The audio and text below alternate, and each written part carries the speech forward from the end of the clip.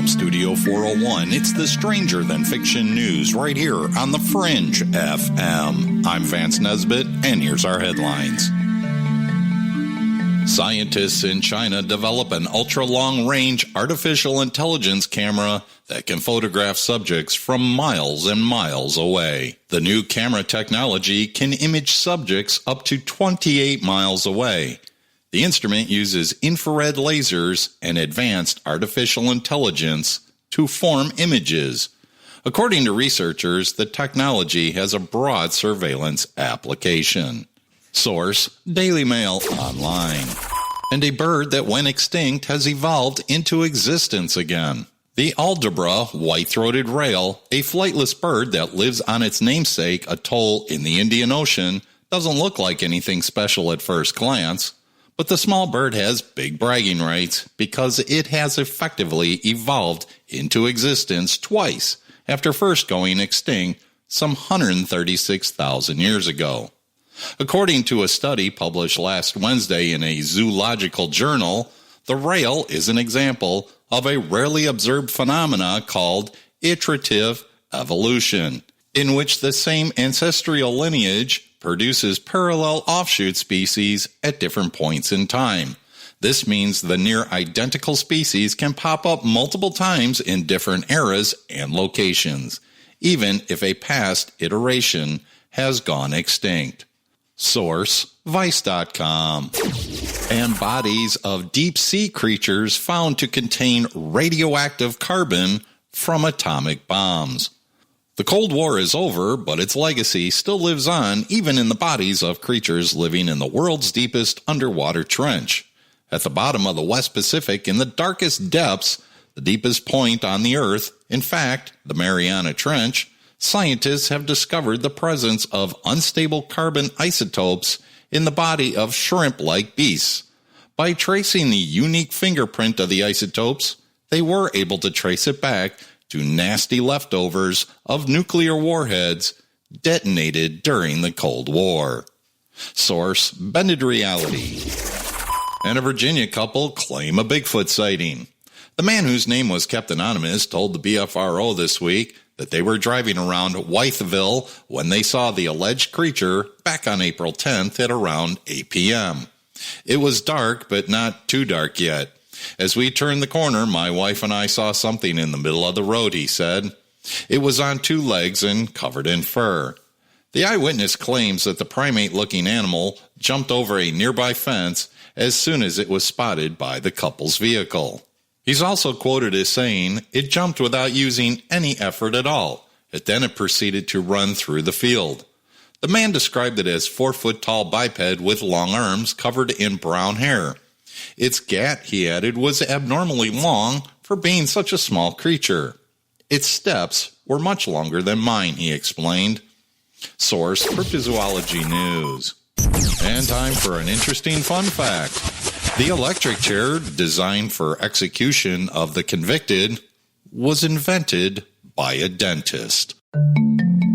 Thanks for listening to the Stranger Than Fiction News right here on the Fringe FM. Again, I'm Vance Nesbitt, news anchor and sorcerer.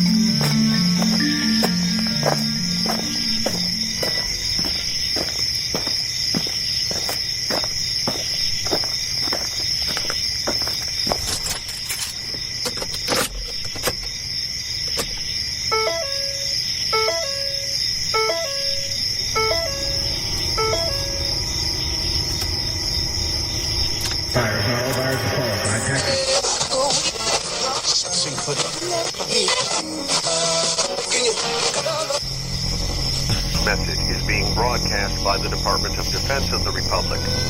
At 2 a.m. Eastern Standard Time, multiple unidentified objects were confirmed to have entered Earth's atmosphere. Discovery Houston, 20 seconds to LOS speed rescue. Contact, nice, in orbit. The first message that comes to you is you are a divine being. You matter. You count. You come from realms of unimaginable power and light, and you will return to those around you. The vast stretches of the unknown and the unanswered and the unfinished still far outstrip our collective comprehension. 5, 4, 3, 2, 1. Broadcasting from Forest Tower Studios, all the way from the Deep South. Now, here is your host, Joe Root.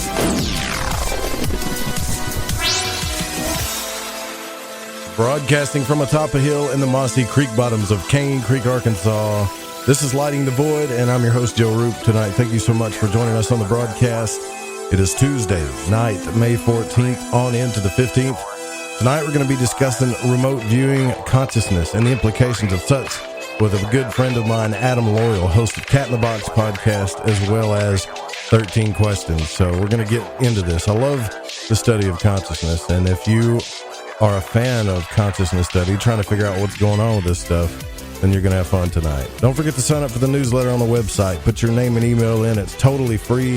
If you want to call into the show, that's free too. It's 1-800-588-0335. That's the call-in number, 1-800-588-0335. I want to just say real quick that I know it's on everybody's mind that we lost Stanton Friedman, and I only got to, I always used to say when people pass away in this field, there's a lot of people that jump out and then they want to talk about how they were buddies and stuff, right? And the thing about Stanton Friedman is that it's true, right? Everybody really was a buddy of Stanton Friedman, and in my opinion, he was the perfect guy for the UFO field. They're like maybe in my top 5, because he did what it took to get people to understand that this stuff was real. He didn't mind debating people. He was on Larry King. He was on Art Bell. He would go on anybody's radio show that asked him. It did not matter. And he always was about the evidence. That's what mattered to him. Scientific evidence. Evidence was key to him. And we really don't have a lot of that as much as we used to. People that are willing to debate big skeptic names, people that have that don't mind doing that on national TV, nonetheless.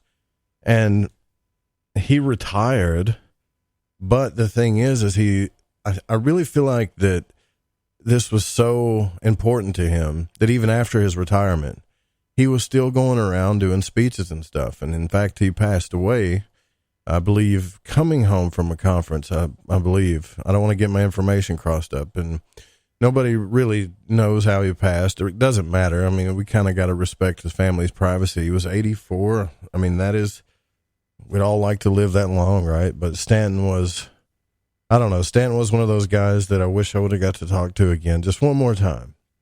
And he's going to be missed by a lot of us. I remember the first time that I talked to him, I was kind of nervous. I went to Eureka Springs, Arkansas, the Ozark Mountain UFO Conference, and I was there with Dave Cruz. And Dave, we had set up a table there to talk to people. And my job was, I didn't really want to interview a bunch of people, but I did want to talk to them. So my job was to go around and get as many people as I can to come over to our table and talk to us. And so we walked over to Stanton Friedman and Kathleen Martin's table, and he was so nice. And I said, hey, do you mind coming over to our table and talking to us for a minute? And he said, sure. And let me just check my schedule. And that was it. And he was such a nice guy. And to him, it was all about the evidence. We talked to other people like Travis Walton and stuff too. But even after the conference was over, he was one of the people that he didn't seem like he was trying to leave in a hurry because everybody wanted to talk to him. I distinctly remember him standing in the middle of the room waiting for everybody to kind of pass by, and he stood there and talked to us for quite some time before we left the conference. So, and then I got to interview him on a Saturday show that I used to do. And the cool thing about it is where he lives. He's probably the latest guest that I've ever had on. What I mean by that is he's in some type of time zone in Canada that's even later than Eastern. I forget the name of the time zone, but it's some type of weird time zone. So he didn't get off the interview till like 3 or 4 a.m. And the guy actually took a nap and set his alarm to come on the radio show and talk to me. And just stuff like that, because, I mean, I'm no Art Bell, I'm not Larry King, but all he wanted to do was tell everyone that this stuff was real, to look at the evidence, and he was willing to debate anybody on it. And you see a lot of this infighting, and people get upset when you question their beliefs. And that's another thing. I've noticed that, right? Like, certain people don't want their beliefs questioned. They don't want, even in this field, they'll call you negative or whatever because you question their beliefs. Or the skeptics are just as bad too. Like, they don't really have any evidence. They just have contrary sayings a lot. Now, some of them do have good evidence, but most of the time it's just sayings to make you think about what you're saying. There's not many of us that are willing to say, you know, let's put the biggest guy that we know in ufology and the biggest skeptic we know, let's put them on in a very public arena and have a debate and do it civilly. And that's all we're trying to do. And so I hope that we can all take a cue from Stanton Friedman, so we can progress in the field of ufology. And speaking of which, I want to give a shout out to UFO Seekers, who's backed and supported by the Fringe FM and Lighting the Void. So if you want to keep a journalistic approach to what's going on, you can give them a follow on social media at UFO Seekers. Also, their video and investigations are the best on the planet, bar none. You can go check it out at youtube.com/UFO Seekers or their website, ufoseekers.com. And if you have a sighting you'd like to report or an active area, give them a call at 661-UFO-7889. All right, so let's go ahead and bring on our guest. Now, Adam Loyal is with us tonight, and he is the podcast host of Cat in the Box podcast. They don't only just talk about remote viewing, but they do exercises and actually experimentation with remote viewing. It's really cool. It's one of those podcasts that once you find it, you keep it because it's a rare kind of thing. And he's with us tonight. He's also a host of 13 Questions, which he invited me on, and I really appreciate that. Adam, thanks for coming on Lighting the Void. I really appreciate it. Oh, thank you for the kind words, Joe. How you doing tonight? Man, I'm doing good. A little sad about Stanton, but 84 in my mind that's a long life. I'd love to. I hope I live that long, but a little sad. Yeah, he didn't go to the hospital until for like the first time until just a few years ago. So yeah, it was nice to see him go. Yeah, it's funny because he told everybody he retired, but he didn't really retire, right? I guess he retired per se, but he was still talking to people and going to conferences and going on radio shows. That's how much he loved it. Well, he believed in what he was doing. Yeah. And speaking of which, that's kind of what you're doing, I think. Like, you are fascinated, I think, by what the implications of the mysteries of consciousness are. And I've had many discussions with you off the air because I first met you through Guy America and learned about Cat in the Box podcast, where you guys actually do experimentation with remote viewing. And do you think, and you and I have never, this, just so everybody knows, this is the first time Adam and I have ever had a real discussion on this. So I have no preconceived implications about what he's going to say about this. But so do you think that remote viewing is a real thing, first and foremost? Oh, absolutely. And I first should say that the podcast is with me and my co-host, Justin Sayas, who's the one who actually suggested that we do this. We were doing an old podcast before called Friends to Know, and he came up with this idea and things needed to shift with the podcast. So we kind of reinvented ourselves with this, and it's been amazing. But to your question, once you do it and it works for yourself, then it's not listening to Ingo Swann or Russell Targ. It is, you have the experiences in your tool belt. And I kind of liken this to, for me, it was dowsing that really got me into this, dowsing rods. Or at least the ability to open my mind to take the step to do something on the podcast like this, because I was always kind of on the fence about dowsing rods until I went to a Paradigm Symposium and there was a guest there who had them. And when I got home, I said, I can just make a pair of these. So I took some sealing wire and bent it. And lo and behold, for me, I can dowse. If I walk over magnetic things like like an electric cord or go near a router or something like that, they move on their own. And I'm like, well, it's crazy that, scientists say this doesn't work. And I've been around people now having my dowsing rods, and I'll tell them about it and go, you might be able to do this too. And they won't even pick it up to try. And it just blows my mind that people have that dissonance in them, because for me, that opened me up to everything, because I go, well, now, it doesn't matter what the scientists tell me. I can do this. It doesn't matter what, the vast majority of people believe in this system. I know it works. Yeah, I talked to my parents and my grandparents, about people being able to dowse and using it for work, and that's just how it used to be done.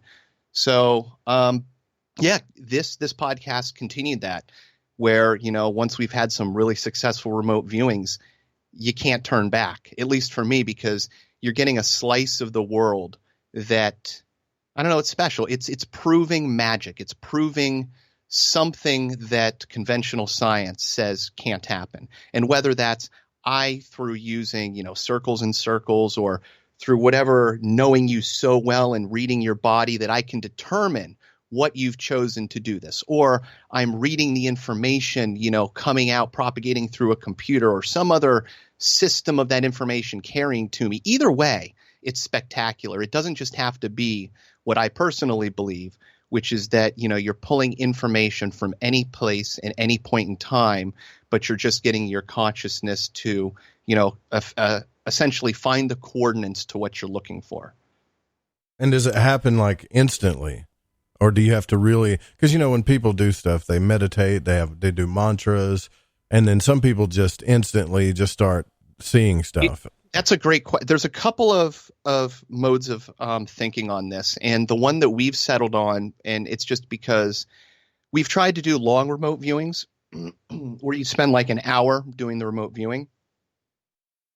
Mm-hmm. But what we've done instead is we've shifted it down to 15-minute viewings. And this is based on a bunch of different protocols and listening to Joseph McGonigal in saying that, what they think could be happening is that you're getting a very short window of information, that when you sit and do a remote view, that the stuff is coming through in milliseconds or less, and that the rest of the time your body or your brain is interpreting the information that you got back, and you're trying to not flavor that information with any analytical thinking.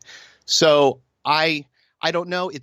When my personal experience doing the remote viewing, I'll have a good 10, 15, 20 minutes of just visuals or thoughts or ideas, and they come through. But I've also had the experience that my very first inclination that's very strong when I'm right, more often than not, is on the nose of things. It's right up front. It's usually my first remote viewing. So there's no definitive answers to this, and maybe there can't be. Maybe it's something that's truly different for each person. But the giants in the field think that it's a short window event with digestion afterwards. Huh. Yeah, because I always wondered how somebody like Ingo Swann could really just tap into stuff so fast. Like planets just get out there really quick, and others, maybe like me, that if I tried really hard or practiced enough, I might get little things right, and then because I believe, this is what I believe, and I know it's kind of wild, but I believe, Adam, that there are people on the planet that have superior gifts. Now, there's a lot of people that claim to have gifts, but if you really think about it, if somebody is more gifted when it comes to things like clairvoyance or clairaudience, and they can actually hear things that other people can, or see things that other people can't see, then they're gifted. And I have a hard time believing that they just come out in the public and talk about it all the time, because it could be somewhat of a burden. But it's one of those things that might even be getting used without people realizing it, or, have a skill that's helping with something else. When it comes to people with these skills, am I losing you? Yeah, no, sorry, I lost my train of thought there. But when it comes to people that have these skills, I find it fascinating that, you can, like, if somebody's going to be calling you on the phone and you get that inclination, right? Is that really a skill that you can use in the world? But there's some people who get those gut feelings and use them all the time. And to your point that, you think there's somebody that's really good in the world, there probably is, because that example of knowing somebody's going to call you has happened to everybody. That's precognition proved to you. But imagine that there's somebody out there for whatever reason, their chemistry, their way of thinking, They're an all-star. They're a Michael Jordan. They're the person who had the tooth filling who could hear the radio signal being broadcast secretly. There's got to be people out there that are superstars with the psychic ability, especially when you look at the science. The science shows that there are superstars. There's people like Ingo Swann who could walk into a room, and the fact that he was merely part of the participation group would positively impact all the other participants in the group.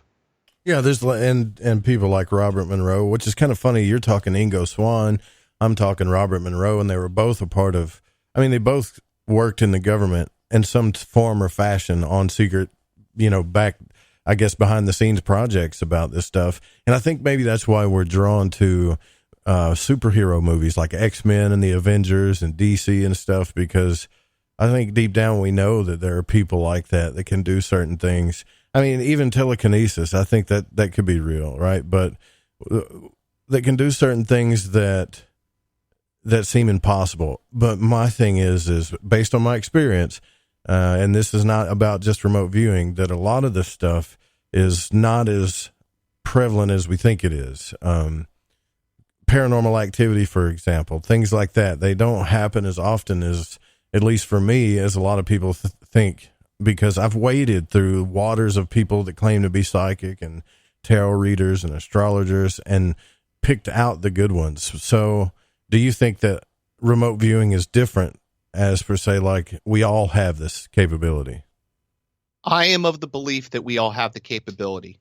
When I first started the podcast, we were really loosey-goosey about things. And we did an episode where we invited on our friends to the show. And 3 of the people, 0 experience doing it, and they all had solid hits and success. And this is another thing that you see that with most people, kind of like in the magic realm, that when you first start doing it, most people will have a great success right up front, followed by, failure or not failure, or it got proved to you, now you got to work on doing it right type of thing. Yeah. So that's kind of how magic works too, I think, sometimes. What Gordon White calls beginner's luck in magic, it really, and I wonder if consciousness does that, because it seems like every time somebody tries something for the first time, especially if they're skeptical about it, it really happens to them in a profound way. And then I think we kind of trip up on ourselves trying to get it to work that way again. However, I've listened to your podcast, and you guys are pretty successful with this stuff most of the time. What do you say to skeptics when they say, well, you're just putting things together that in your mind, trying to make it be real? Have you ever heard that before? Yeah. And you're going to, and it's a legitimate thing, and you're going to see those extra characteristics. One of the things about remote viewing, even though you'll get phenomenal hits, you'll get flavors. You'll get crossover between targets that are, remote viewed near the same time. So you'll see these things, and they can easily be written off. But the point of my podcast is it's do it on your own, because it doesn't matter. Some of the things that we also find is Justin and I will have massive synchronicity lineups, doing things where, we'll try to add variability into it. One of the things that we did in an episode was I gave a standard deck of playing cards to my fiance, and I said, just draw a symbol or a word or something on the back of these and don't show me what they are. And then we did a normal remote viewing. And in my remote viewing, I got flavors of his target. It turned out that he gave me this figurine that looked like a wizard with a big droopy hat. And then I went ahead and said, I keep seeing Sonic or thinking of Sonic. And, the hat and the head looked very much the same. Then Justin nailed his target, which was actually an audio file that I sent to him. But the main idea of it was I produced a story of a guy running into some aliens escaping from like Area 53, and he stole their spaceship and flies it into the sun. And he guesses this big picture, he draws this big picture of a sun. And in the story, the guy was driving a DeLorean. And then the way that he drew the sun looked like very similar to the DeLorean spokes and to the sun. And then you fast forward to when we do the episode, we'll draw cards. And so I decided to draw a card, and then I'm like, I got a feeling to draw a second card. So I draw out 2 cards. Like playing cards or? Yeah, playing cards. And then these were the cards that my fiance had written on the back of. And it's the stuff that cracks your mind, because the one card I pulled out is a picture of a sun that she drew. And this was a week before that she drew, before that we even did the remote viewing. And then the other card that she drew was a person with a big beard and a smiley face, and then a ring, almost like a halo in the middle of his forehead. Well, this figurine that I got from Justin was that wizard with a big bushy beard, but instead of having a ring in his forehead, he was a tea light holder, and there's a ring right down near his chin. And so you get these crossovers where it's like, what are the chances that we're going to be doing, this remote viewing where we both hit our targets? Then Angie, who wrote a week ago, not knowing what was going to happen, the pictures that she drew on the cards that I randomly shuffled through and then picked come up and show, similarities to the targets that we're viewing. And when you experience that kind of stuff firsthand, you can't take it away. And the reason I like to add in the crossover, and one of the things I'm interested in hearing about people when they come on, or give more when we start hearing more examples of what people are having, is Justin and I all the time will remote view two different targets, but we'll be having similar things that we see. So we might be drawing the same architecture, talking about the same thing. And when we do that, we might get the target wrong, but we still have things that we're connecting to each other during that remote viewing. And then we've had, one of the more interesting things, and I'm saying all this to kind of point out that there's no set way this stuff works. We did a remote viewing target, and Justin saw a tsunami. He saw a volcano going up, and he saw thousands of people being like washed away. And then I did my target, and I kept flashing back to a toy set that I had as a kid. And so I kept drawing the toy set, and it was this Doom Racer slot car track.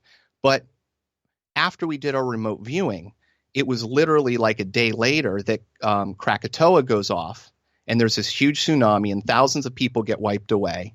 And then we look at our drawings, and on mine, I've drawn a mountain that looks like it has sticks coming down, but the sticks are reminiscent of like the flow of lava. Then I look up pictures online of the toy set that I kept visualizing, and it's a volcano that's going and erupting and going through the center, and you race through the center of this volcano. And it's these cool little things that we do the remote viewing. We have things that line up to the real world. We do the remote viewing. We have crossover between things that we do when we get them right. We'll also add in things like now we're picking our package using dice, and we'll do the dice, and then Justin will, between my target and his target, they'll be almost the same thing. So we'll have two randomized targets from two groups of packages of like anywhere between like 15 and 20 that we've sent out. We've picked them out ahead of time. We roll Dungeons and Dragons dice, depending on it's usually a D20 to do a random selection. And then he sends me a pipe cutting or tree cutting saw. It's a survival tool, but it's basically a piece of braided wire that's braided, and it has two key rings at the end. I sent him two key rings with a piece of black metal chain attached in between. And these are the things that just go beyond the remote viewing. It goes into, the randomness of a dice, the choosing the package, the sending it, the happening to use that one on that day, plus both having remote viewed the targets. And so to all the naysayers out there, it doesn't matter. And I don't even concentrate on doing my podcast with trying to have an unbreakable protocol or editing so that you think that we, can't fake it, because we could, but that doesn't matter, because, really it's to you. And if you want to participate, it's easy, because now what we're doing is the target is the episode. So you could conceivably remote view 100 episodes in the future. And if we're still doing it, see if you're right before we even conceived of what the targets were. Wow, that's fascinating stuff, man. Yeah. So again, I believe that, so we all have these gifts apparently. What does this imply? What can we tap into? What are we missing out on when it comes to consciousness? Fascinating stuff. We got to take a break here. We'll be right back with Adam Loyal from Cat in the Box podcast. Also 13 questions. Stay with us.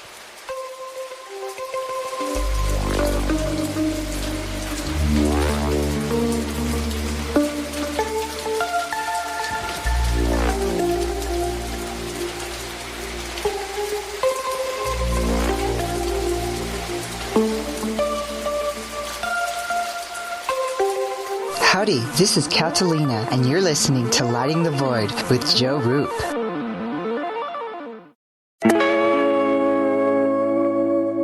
This is Crow 777, and you are listening to The Fringe FM.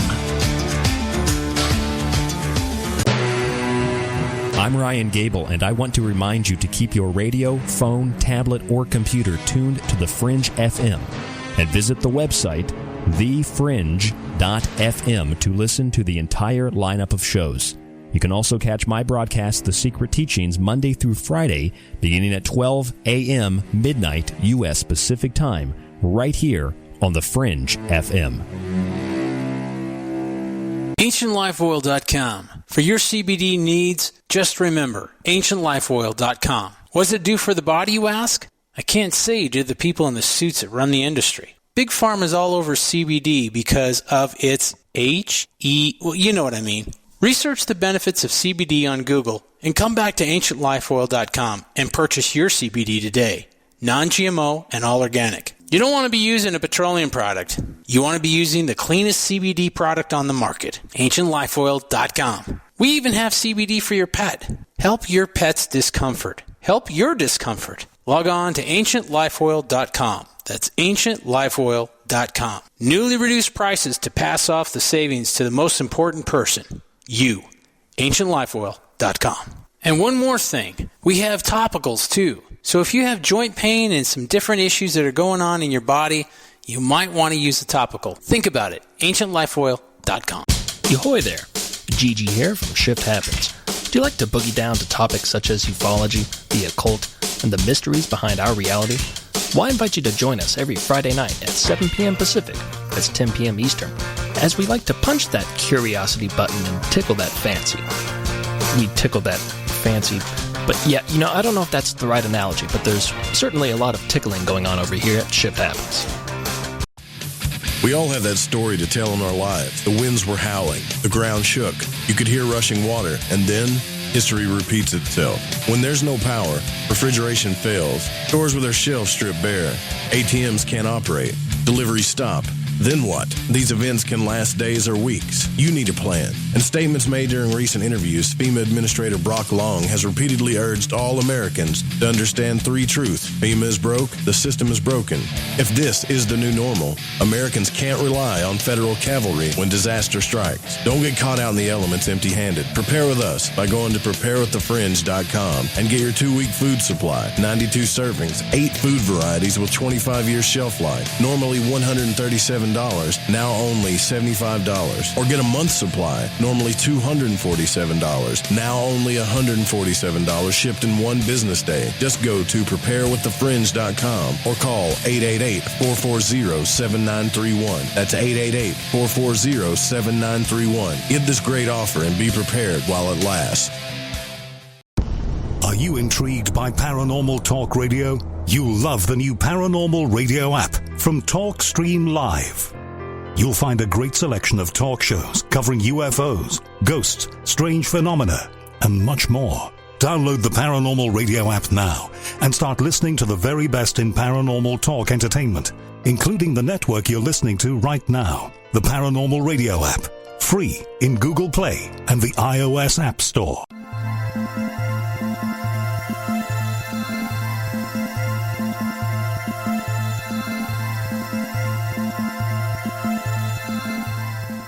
All right, welcome back to Lighting the Void.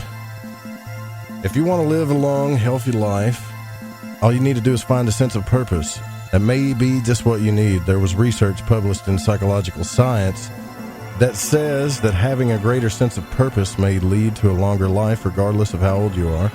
Now, these findings were based on a study of over 6,000 participants who were tracked during a 14-year period. The researchers found that the correlation between having a purpose and living longer held true for younger, middle-aged, and older participants. So pretty much everybody. So find your purpose and you'll live longer. Tonight we're here with Adam Loyal from Cat in the Box podcast. We're talking about remote viewing.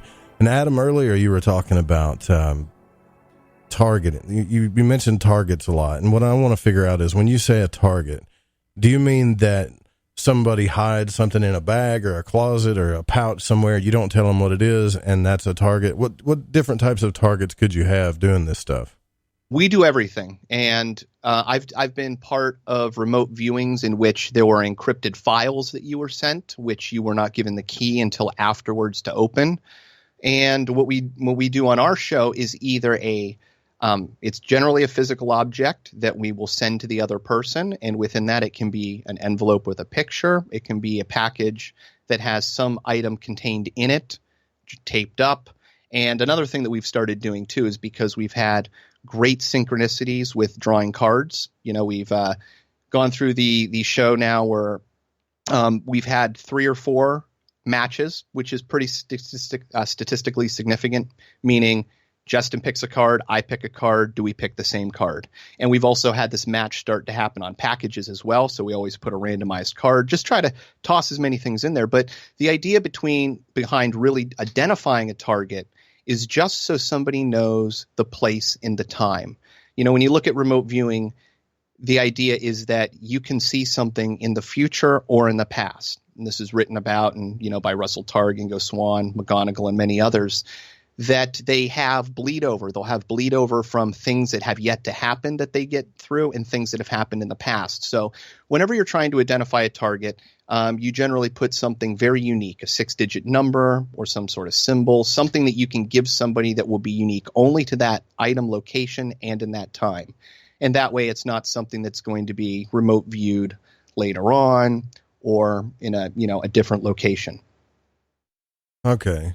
Now, having said that, we've also done remote viewings in which the person does not know what the target ID is and still gets positive results. So somehow they were still able to, get their mind to focus on the information that they needed to grab.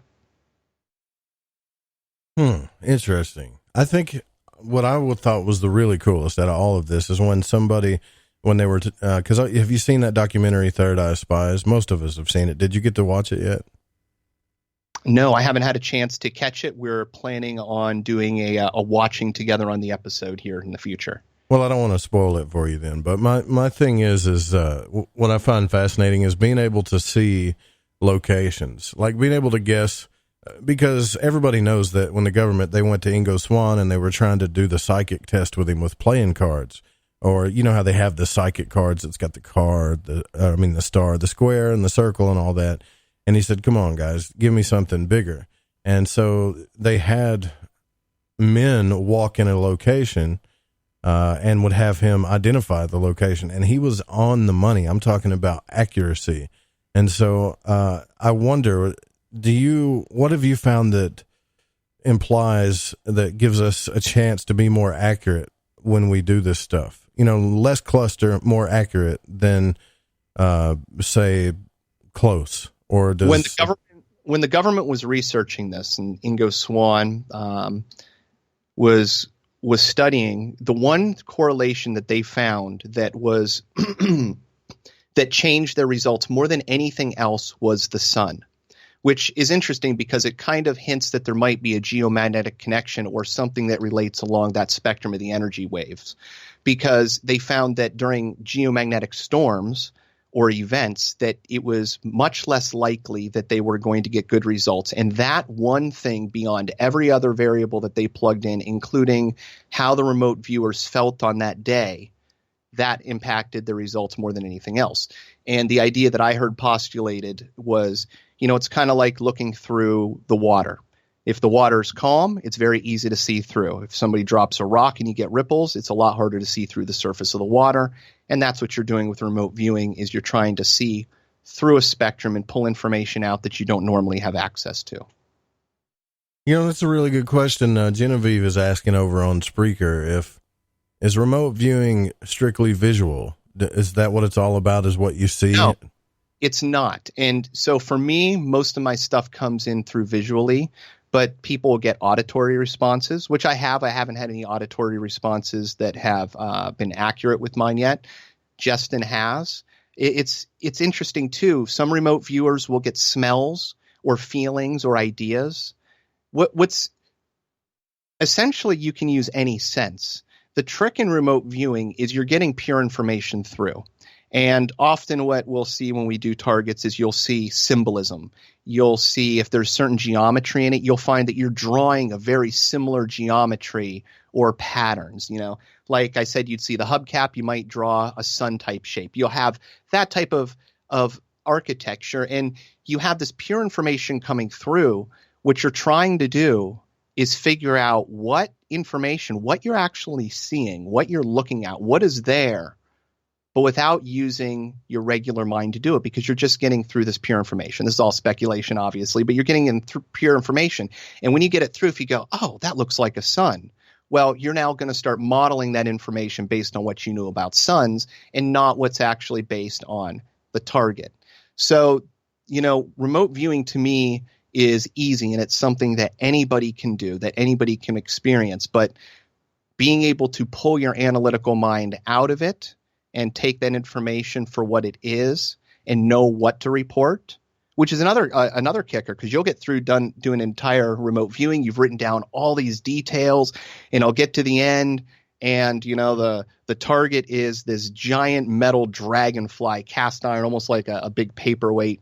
And through my whole thing, I was drawing pictures and seeing images, but I kept getting the feeling of Megas XLR, which is a cartoon about giant robots. Well, a giant robot is a giant metal figure. And if I had just decided to write down giant metal figure, I would have hit. And so it's trying to determine where this what information you're getting through and what it actually means.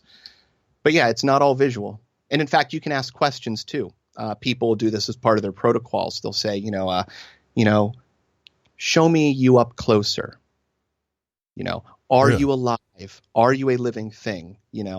Are you part of the land? There's so many things that you can ask and get responses back. When you get a response, do you hear it like you don't hear it audibly, but do you feel the response?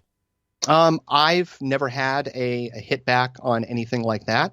Now, okay, so to expand what remote viewing can be, really, and this is what I love, because there's no set rules to this. There's also a practice called blinking in remote viewing, where the example that Joseph McGonigal gives is, you could say if you're a detective and you wanted to use dowsing, but you can't douse in public. And dowsing can be used for remote viewing or for water finding. And I mean this where you hold a crystal or a pendant up above and you ask questions and it swings back and forth and it'll give you answers or directions or, does some sort of movement that'll show you information on a map. But you can then take this into the world. So you're looking to find information and you could say, well, I want to find the murder weapon. So I'm going to blink when I find the murder weapon. So as you would scan around wherever you'd be looking your crime scenes, blink when I see the weapon. Blink when I see where the weapon is. Something like that, a mantra. And when you blink, go to that location and see if you got that information. And there's reports of people using this successfully. So that's been one thing that I've been trying to incorporate and find evidence within myself, ways to use it daily that are effective. But yeah, remote viewing comes in all flavors and all forms, which really gives credence to the fact that it's a much broader phenomenon, and we're just kind of plugging into a narrow band of its functionality. I got a text in here that says precognition is a reality, remote viewing is just a parlor trick. I hate to sound so absolute, but that's where the evidence has led me. The difference, follow the money. So what do you think about that? The difference between remote viewing and precognition? It sounds like there's an obvious difference there, but they're making a relation somehow. When I send Justin a toy figurine of a shark and he draws a shark it's pretty obvious remote there. viewing, it's stuff like that for me, proof, evidence, it all comes down to experience. And once you have it yourself, it's like anything else. If somebody has had an experience where they've seen an angel that saved them from an event, you're not going to tell them that's not true. If somebody had a loved one come back and speak to them, you might not believe it, but that person is forever changed by their experience. And you see this all across the board. And remote viewing is just another one of those. It's hard to believe. It's hard to believe that you can, just using your mind with no other tools, sit down and pull information from any point in time and place accurately. Well, if you don't think that this is true, the U.S. government did a 20-something year known project on this with great success, and they basically learned that, hey, one of the tenets of this is you can get information from any place, point in time. They were remote viewing planets before the Voyagers and Galileo spacecraft are going out there, finding information about rings and features before they were even known about, and reporting on them ahead of time. There's a reality to this that the U.S. government worked on. And frankly, the reason that I think that this is always hush hush and always given the laugh factor is if you're a government or anybody that wants to keep secrets, because secrets give you a lot of power, if you know that anybody at any time with any person, just by spending the time, can learn your secrets and there's nothing that you can do about it. And on top of that, the research shows that, hey, if you want to make something easier to remote view, hide it, because things that are hidden tend to be easier. There's an example where one of the researchers was remote viewing a site that they were given as a target, and they come back giving details of building maps and file information. I could be wrong on how detailed it was, but enough information on this site that one of the 3-letter agencies came in and said, hey, what are you doing? You're remote viewing our location here. But what it was is that very nearby, there was a government installation that was super secret. It was an NSA listening post type thing. So it was, the secret is the secret. They're intercepting communications. Nobody's supposed to know about this. But because it was being hidden, this guy was remote viewing nearby and just assumed that that's what he should be able to see. So if you have the ability to see your enemy's biggest secrets, well, that's the program that we ran. And that's the reality of what the science shows us. And I don't see a big difference between precognition and remote viewing. I almost see them as, similar phenomenon with different directions on the stream. Very well said.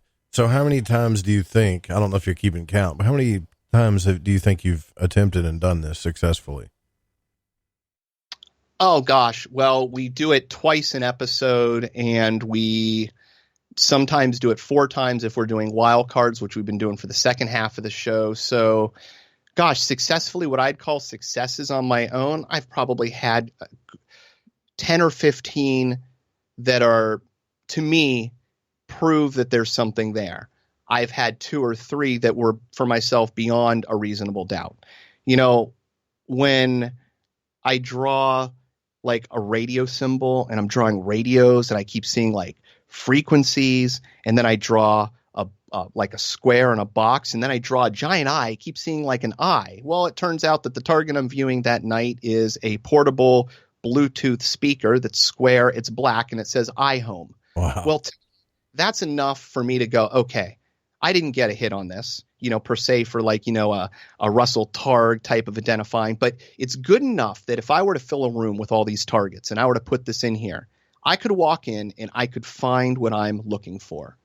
And, when we do this with other people, when we do this with guests, it's one of these things you find that people can do more often than not. And, I think it's a sad thing that it's a latent skill that so many people have that they don't know they have. I mean, the implications of just knowing what you're capable of within that narrow band. And when you do it, you know it.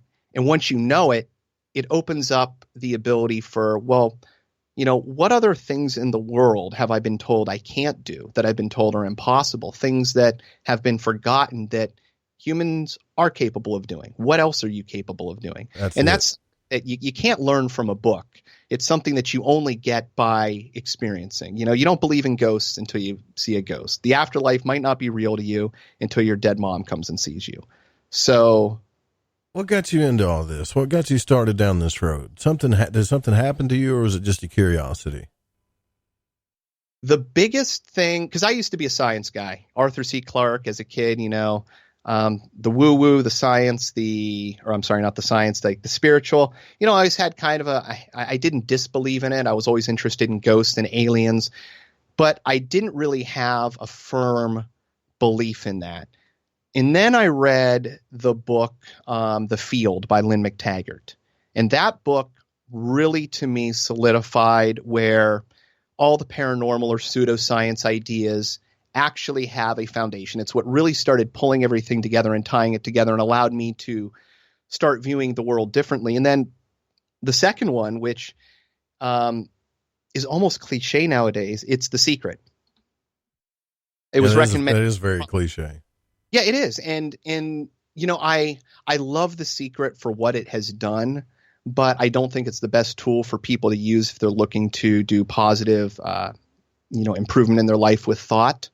What it did for me, though, was it gave me a couple of really powerful synchronicities while I was reading it. And it was in the part of the book where it's talking about, like, you know, asking somebody to get you coffee. And then the next day I got coffee. And then it goes on. And there was just some imagery in the book, and I saw it as being a dog. And immediately, dogs started barking in my neighborhood. And it wasn't a normal thing. And then I'm like, oh, that's really interesting. And then I start reading down. It talks about sirens, like from the ancient stories. And right after I read that, some ambulance sirens start going by. And then it starts talking about, you know, oh man, asking yourself. That's like the never-ending story going on, man. That's weird. Right. And so this is one of those things. I will take clues from the universe. If there's a lot of things working in my way that shouldn't be lining up, I'll buy in. I'll buy the ticket right then and there. You know, I'm not going to ask questions. I'm in. And so the next thing was on, you know, doing something to change. And at the time I was wearing glasses. One of my eyes was nearsighted, one of them was farsighted. And I said, okay, well, I'm not going to wear glasses anymore.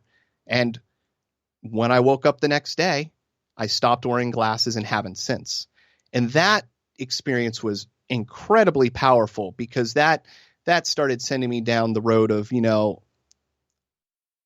what actually impacts, you know, your view of the world, your health, your function, you know, and how it's connected to your mind and how powerful that connection is.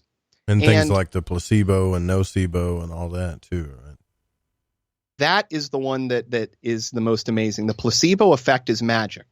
Okay. It's basically saying you can heal yourself in a way that miraculously, and science accepts it and calls it the placebo effect. And then why, I mean, to me, why are we spending billions of dollars on studying drugs when we have a phenomenon that's known to cure people instantly with nothing but their mind, better than the drugs that are trying to be used to replace in a lot of cases? Well, you know, that to me is where our research should be, because that's, I think, where we're going to find real fruits in the growth for us. I mean, if you could crack that nut on how to get somebody to think, or the modality of thinking that facilitates that type of healing, then, I mean, my God, what would that do for society? So many of our ills could be overturned just by restructuring, you know, the way that we interact. I've actually seen this in action. I had a couple of friends that were two separate friends. You know how you've got one set of friends that don't talk to the other, that kind of thing. And one of them was addicted to opiates. Well, both of them were. And one of them was going to these methadone clinics. He was trying to kick the stuff, you know. And I was proud of him. But another guy that I know personally got hooked on opiates. When he got off his medication, it was just like his doctor prescribed drug stuff. And he got really sick. And I said, man, are you all right? And he said, well, I got some kind of a flu or something. I wanted to tell him, Adam, that no, you're going through withdrawals, but I held myself back. I was thinking, what if I don't tell him? What if he really thinks he's got the flu? Right. Mm-hmm. And I didn't tell him, and he just got over it. Not years of taking, being an addict, worrying about recovering, just thought he had the flu, didn't know anything about withdrawals from painkillers or nothing like that. Really didn't know, because he was a shell. He just in the house all the time, doesn't really watch TV, and thought he had the flu, and it was gone. And while other people are struggling their entire lives trying to get off the stuff, not to mention that these addicts, once they know about it, they understand the placebo, they would love to be able to tap into it. But because their mind knows the truth, well, we can't really call it the truth, can we? But because their mind knows what's going on, it doesn't work. It's a weird catch-22. And what's crazy about that too is you also have the impact of environment. You know, when you get into addiction, it's avoided. But the rat studies show if you put, rats in a cage with nothing and you give them cocaine water and regular water or opiates, and no opiates, they're going to take the opiates all day long. But if you put them into an environment that's happy with wheels and other mice and tons of good food and sex, all of a sudden they don't choose the opiates. They choose the regular water. And you go, well, you know, we're treating addiction and we're looking at these things in a weird way where, you know, once you fix the default setting in the mind or the way that a person is thinking, that change can affect how they react physiologically, what their body thinks or needs and requires. And, you know, I mean, it adds into that power over the power of the mind over the body. This is what I get into about this, because what does it imply? If we can do this, then what does it imply? First off, all the books that I've read about magic, they all tell me as I'm reading them that magic is a thing where you cast your will, and whatever you're casting for comes back through in a set of universal laws that are known here on the physical plane, right? But it comes back through in forms of coincidence. There's no such thing as instantaneous Harry Potter magic. However, I would consider remote viewing pretty instantaneous, wouldn't you? It can be. It can be for information pulling, yeah. So what yeah, you see where I'm going with this? What are we really? What, or have we been lied to? This opens up the doors for my mind, and I know it does yours. Have we been lied to? Have they always known about this stuff? And I say the proverbial they, but are they using it right now under our noses, which I think they are in the military. They're just hiding it. Can you use this stuff to find gold? I mean, if you can do this, what else can you do? It could change your life if you really believed in it, I think. Well, I think it can. And if you take remote viewing as it is, the way that I believe it functions is that you can pull information from any place and time in any history at any point. Now, the reason you can't prove this is because in order to validate your remote viewing, you need to be able to validate it, which means it has to be within your lifespan, and it's going to have to be things that you have access to validation on. I could try to remote view aliens on the backside of the moon, or I could try to remote view government moon bases, but if I have no way of actually going up there and seeing my result afterwards, then I have no plan or no way to succeed. And in fact, one of the most interesting things about remote viewing is that the most critical aspect is that you need to be shared your failures. You need to be given some positive feedback on your result that you get afterwards. And it's this idea that, you know, people predicted 9/11. People predicted the Titanic sinking. But what you're predicting maybe is your information from the future. It's you remote viewing, you know, what you were experiencing on that particular day. So to trail that into when you asked if people could make money, people certainly do make money with this. I can't remember which one of the remote viewers was doing this. I know Joseph McGonigal talks about this, that you can take and do an associative remote viewing to say, determine whether or not silver prices are going to go up or down in the stock market.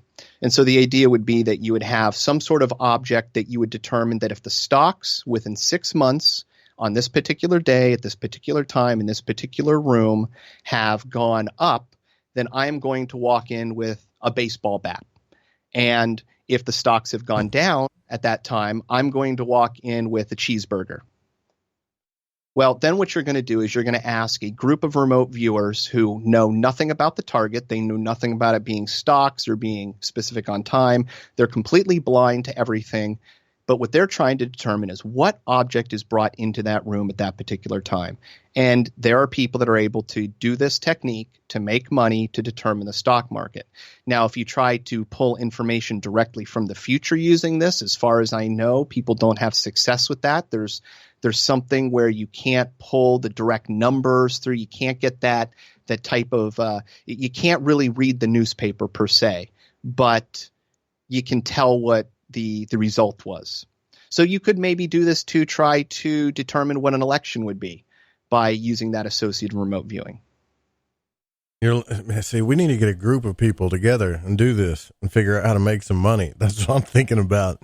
Because look, I believe you on this, and I've done my own studies on this stuff too. And I think what I find The problem with this whole thing is this falls into the category of another one of those things where we cannot prove it. It's only based on personal experience. So you know it's real. Right now, I really believe you know it's real because you've done it so many times. There's no question in your mind. There's no doubt. But for others out there that maybe have tried it once or never tried it, their mind is just saying there's no way. And I think that's our biggest hang up, because some of the most fascinating things about human life and consciousness and magic and things that we talk about all go down to personal experience. There is no way to scientifically prove or provide evidence for some of this stuff. That is all you have in the world. You know, the only thing that can be proven to you is what you have to yourself. And you can listen to other people all day long, but if somebody offers you, that backdoor plug into reality that, all you got to do is go over and open that door, why not take it? Yeah, I'm with you on that. Absolutely. And it's midnight here in Little Rock. We're here with Adam Loyal from the Cat in the Box podcast, also 13 Questions podcast, which is another podcast you need to check out, where he gets the most personal stuff out of people. It's a fascinating podcast as well. We'll be right back. Don't go anywhere.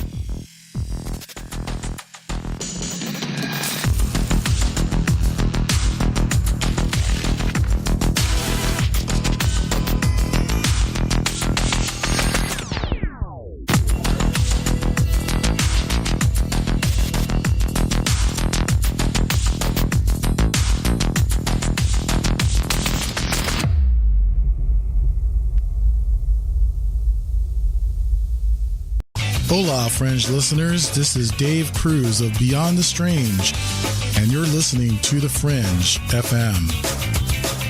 Alex X. Hi, I'm Alex Exum, and you're listening to The Fringe FM. Get the Tea is the #1 cleansing tea in America. We cleanse you with organic ingredients, and when used daily, you can increase your energy. Cleanse from intruders that set up camp in your colon. Cleanse your colon and feel the difference. Colon cleanses can be uncomfortable. Not Life Change Tea at GetTheTea.com. Life Change Tea is mild yet truly effective. Cleanse your insides every day. Easy to make, easy to use, and feel the results. Are you sold? Okay, then here's how to order. Log on to GetTheTea.com. That's GetTheTea.com. Look for our specials on the front page. Get the Tea also carries top-rated supplements for those who care about their health. Naturally. Again, log on to GetTheTea.com. That's GetTheTea.com and feel the results. And for those of you that arm yourself with information, come to our webinar every other Monday at 5 p.m. Pacific time. That's every other Monday at 5 p.m. Pacific. You can sign up at GetTheTea.com. Introducing Shadow Light Tarot from Waking Canvas, the Fringe FM's new contributing artist, Eric Tisi. This hand-illustrated black and white self-published deck serves as a reinvention of the tarot, never before witnessed. Each of the several suits of this 88-card deck lineup form an infinite panoramic scene. Even the included visual companion guidebook is entirely hand-illustrated, cover to cover, with beautiful visuals and esoteric symbols and artwork. The newly released deck comes in a custom magnetic box with its own travel pouch. The Shadow Light Tarot Premium Deck and its travel-sized mini deck Wonderlight Tarot are both available now from WakingCanvas.com. If you use the code word FRINGE, that's F-R-I-N-G-E at checkout, you'll receive an extra 10% off your entire order. To discover more, including a free reading and time lapses of all the illustrated artwork, make your way over to WakingCanvas.com today. That's WakingCanvas.com. The Fringe FM isn't just a radio station. We also provide services for all your audio production needs. If you are interested in live radio or pre-recorded podcasts, we're here to help. We even do audio enhancements and voiceovers if needed. If you want to do a podcast or live radio show and even want the option to syndicate on terrestrial radio, from simple audio file enhancement to live production and call screening, we have you covered. We have worked with some of the best professionals in the business in order to provide coaching instruction for content creation, show structure, and more. Contact The Fringe Digital Media for more at info@thefringe.fm. That's info@thefringe.fm. Or call 501-777-5631 for a consultation.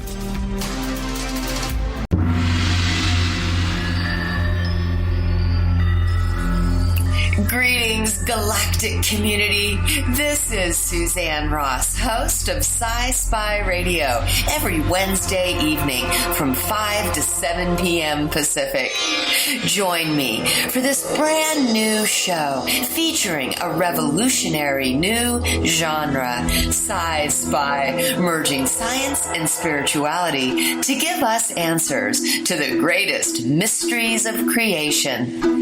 Together, scientific discovery and spiritual revelation reveal the truth about who we are, where we came from, why we're here, and where we're going. Tune in to Sci-Spy Radio every Wednesday from 5 to 7 p.m. Pacific and discover the truth for yourself at thefringe.fm. Did you know that qualified patients can access medical cannabis in all 50 states? CannaSense is a medical cannabis collective that helps patients in all 50 states gain access to cannabis medication. CannaSense does this with a streamlined process and strict compliance with the Compassionate Use Act of 1996, the Affordable Care Act, and the U.S. Constitution. It is important for each patient to understand the legalities involved, the costs, and the benefits of cannabis medication. Through truth, legalization, and education, the medical benefits of cannabis will supplant recreational perceptions, and the real vision for change will be realized. Let the people and their personal doctors take control of their medical cannabis decisions before the greed of big business takes over. The tipping point for change is today, and CannaSense is ready to lead the charge and enable legal access for all qualified patients to medical cannabis through its proven system. For more information, go to thefringe.fm/care or click the banner on the website today.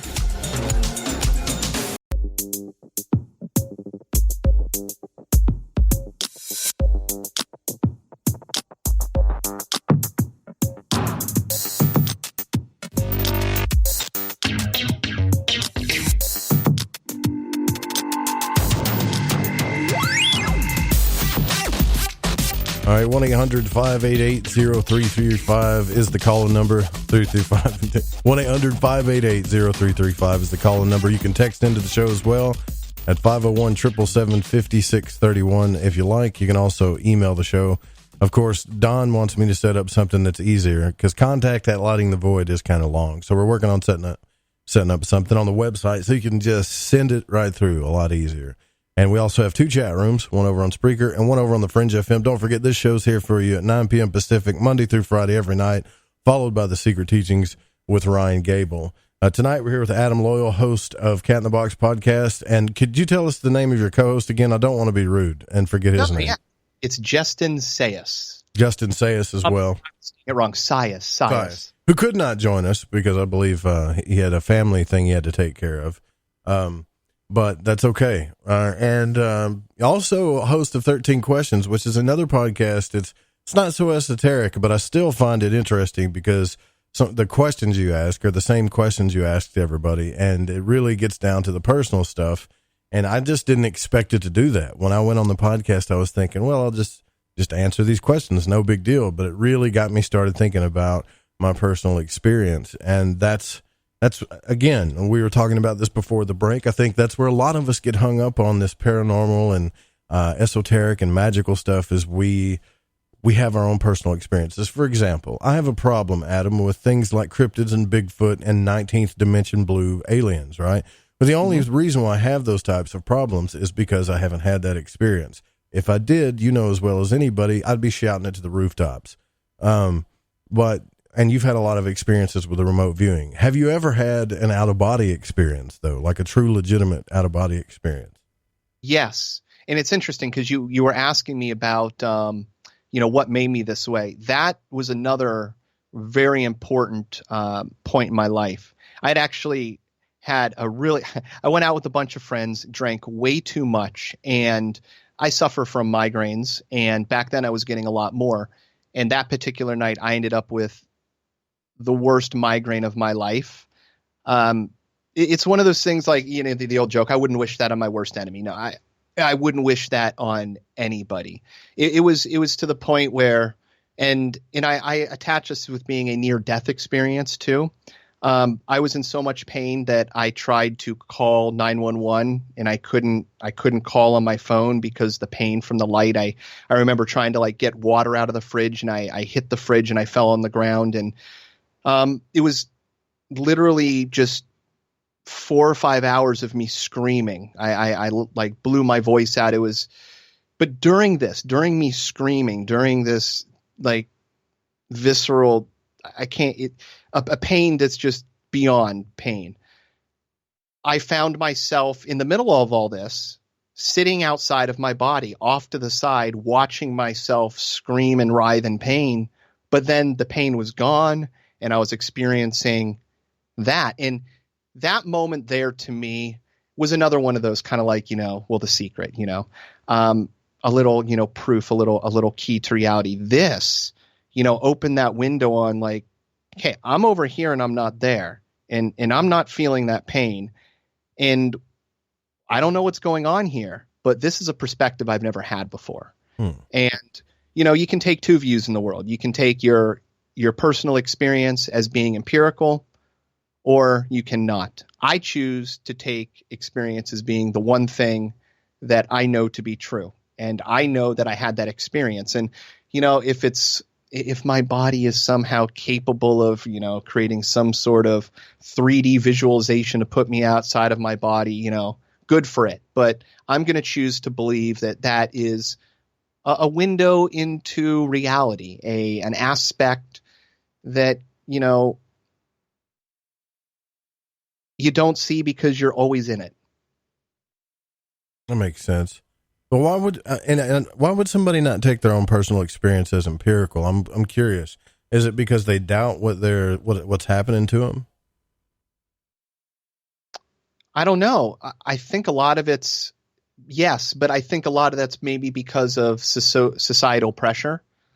Whether it's the laughability of UFOs or ghosts, or people they don't believe psychics and precognition, but everybody has experienced psychic and precognition events. So, yeah, I think there's something really to the fact that it is really important to us as humans that we really are connected, that there is something to the beliefs that other people have and how that affects you. The idea that a group of people in prayer, like Lynn McTaggart writes about, can actually improve the recovery of a person, whether they are aware or not of the prayer. That group of like-minded individuals impacts a reality on people around them. So I think that even when it comes down to these things like beliefs, that, maybe there's something else there. There really is, a connected information that we all feed into. And the more people that believe in something, the more easy it is for your mind to click into that. I might not be saying it right, but I kind of think how the Wright brothers discovered flight at the same time when across, into another country, flight was discovered, at almost the exact same time. You see this across science of people making discoveries at the same time, which really, I love, because that kind of pops into the idea of remote viewing and sharing information across time.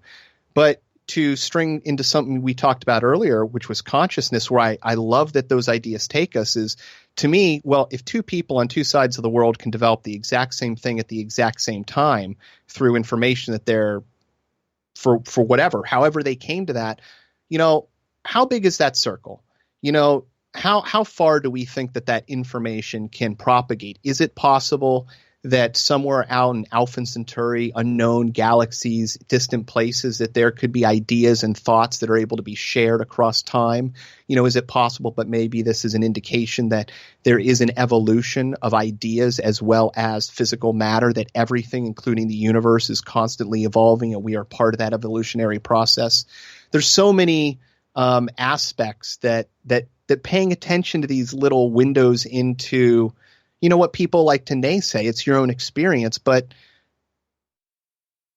take it of the belief that if all this stuff was truly forgotten, or is maybe something that can never be forgotten because it can always be known, just because we don't know it doesn't mean it doesn't exist. And if we all forgotten it, or if we don't have knowledge, once you start learning it, if it works, it works.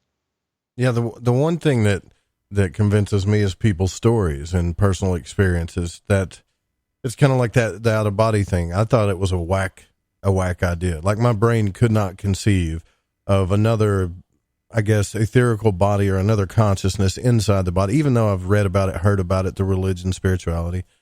But I really got addicted to reading that book. I would go out on lunch break when I was working and actually come back from lunch late sometimes at work, listening to Robert Monroe's audiobook, because the more he talked about his personal experience in that book, it just made me think maybe he's right. I don't know.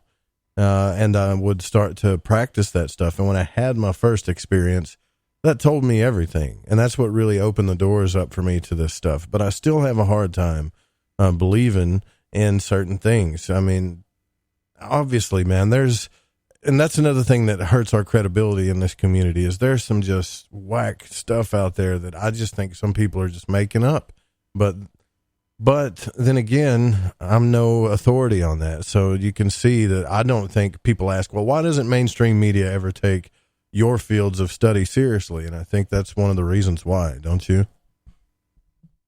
Yeah, I think it's probably a feature of it, but there's so many truths in the world. Different truths work in different ways. So, it could be that, if remote viewing works for you, for your modality, that works for you. It might not work for somebody else in their modality. There might be another framework, another vision, another way that they interface and operate with the world that works better for them. I don't think that there's a one trick pony for everybody when it comes to this. I think everybody certainly has skills, but I think there's so many different aspects that we just assume are standard across the board with every person, but they can't be. One of the things I love is Micah Hanks has two different color vision in his eyes. So real? I didn't know that. This is a very cool, this is, he talks about this. How do you see the world? Everybody sees the world differently than me. How does he know? Because if he closes one eye and the other eye, it's two different colors. So what color do you see? What color do I see? What is reality? I've had that experience where I had a severe migraine and all of my perspective changed. It literally felt like I was much, much taller, like I was standing higher above everything. Everything felt proportioned smaller. The ratios of everything was off. Everything had almost like a Picasso warbly wideness to it, but I was able to touch everything and I was able to interact with it and see it perfectly. But there was some sort of trauma or swelling inside of my brain that was affecting it in such a way that it was changing my view of reality. And these are these things. Well, then once I have that, everything's out the window on what you see, Joe. What are you experiencing at this moment? There's no way, because I've seen different ways of seeing the world. And, to me, those are experiences that experiences reality. The reality that I'm seeing right now wasn't that reality. But if that other reality was always my reality, I would have no baseline for difference. Yeah, I see what you're saying. But when I talk to a person that says, look, I talked to the Zeta Reticulans or Arcturians and this from another planet or whatever, the first thing now I'm thinking two things. Wow, really? If we got all the people that remote view, have you ever tried remote viewing other planets and star systems? Why aren't we've got all these questions about alien life. We've got SETI saying, it's nowhere. It's not on the planet, but we're going to find it out there with radio signals. And then you got people like Stanton Friedman that have always believed it's here. He's never had a personal experience, never saw a UFO, admittedly never saw one, but believes it to the core. Why can't we just remote view these things? Or I guess who's to say we can't, huh? Well, back to what we said before is you can, but you need to give validation. So you can remote view aliens and UFOs, but you have no way of knowing if you're right. And one of the things that's been determined, I refuse to believe this myself because I won't put any restraints on what I can do. I think, shackling the mind can be, the greatest hindrance you can do. But through the research that was done on remote viewing, they determined that the best remote viewers had a success rate of about 60%, 40 to 60%, somewhere in there, which means that, you're only going to be right about half the time, even at your best. So you really do need to be able to validate the information that you're getting through on the back end. And with things like UFOs and aliens, you could be the best remote viewer on the world and pull information, but you have no way of proving it's real.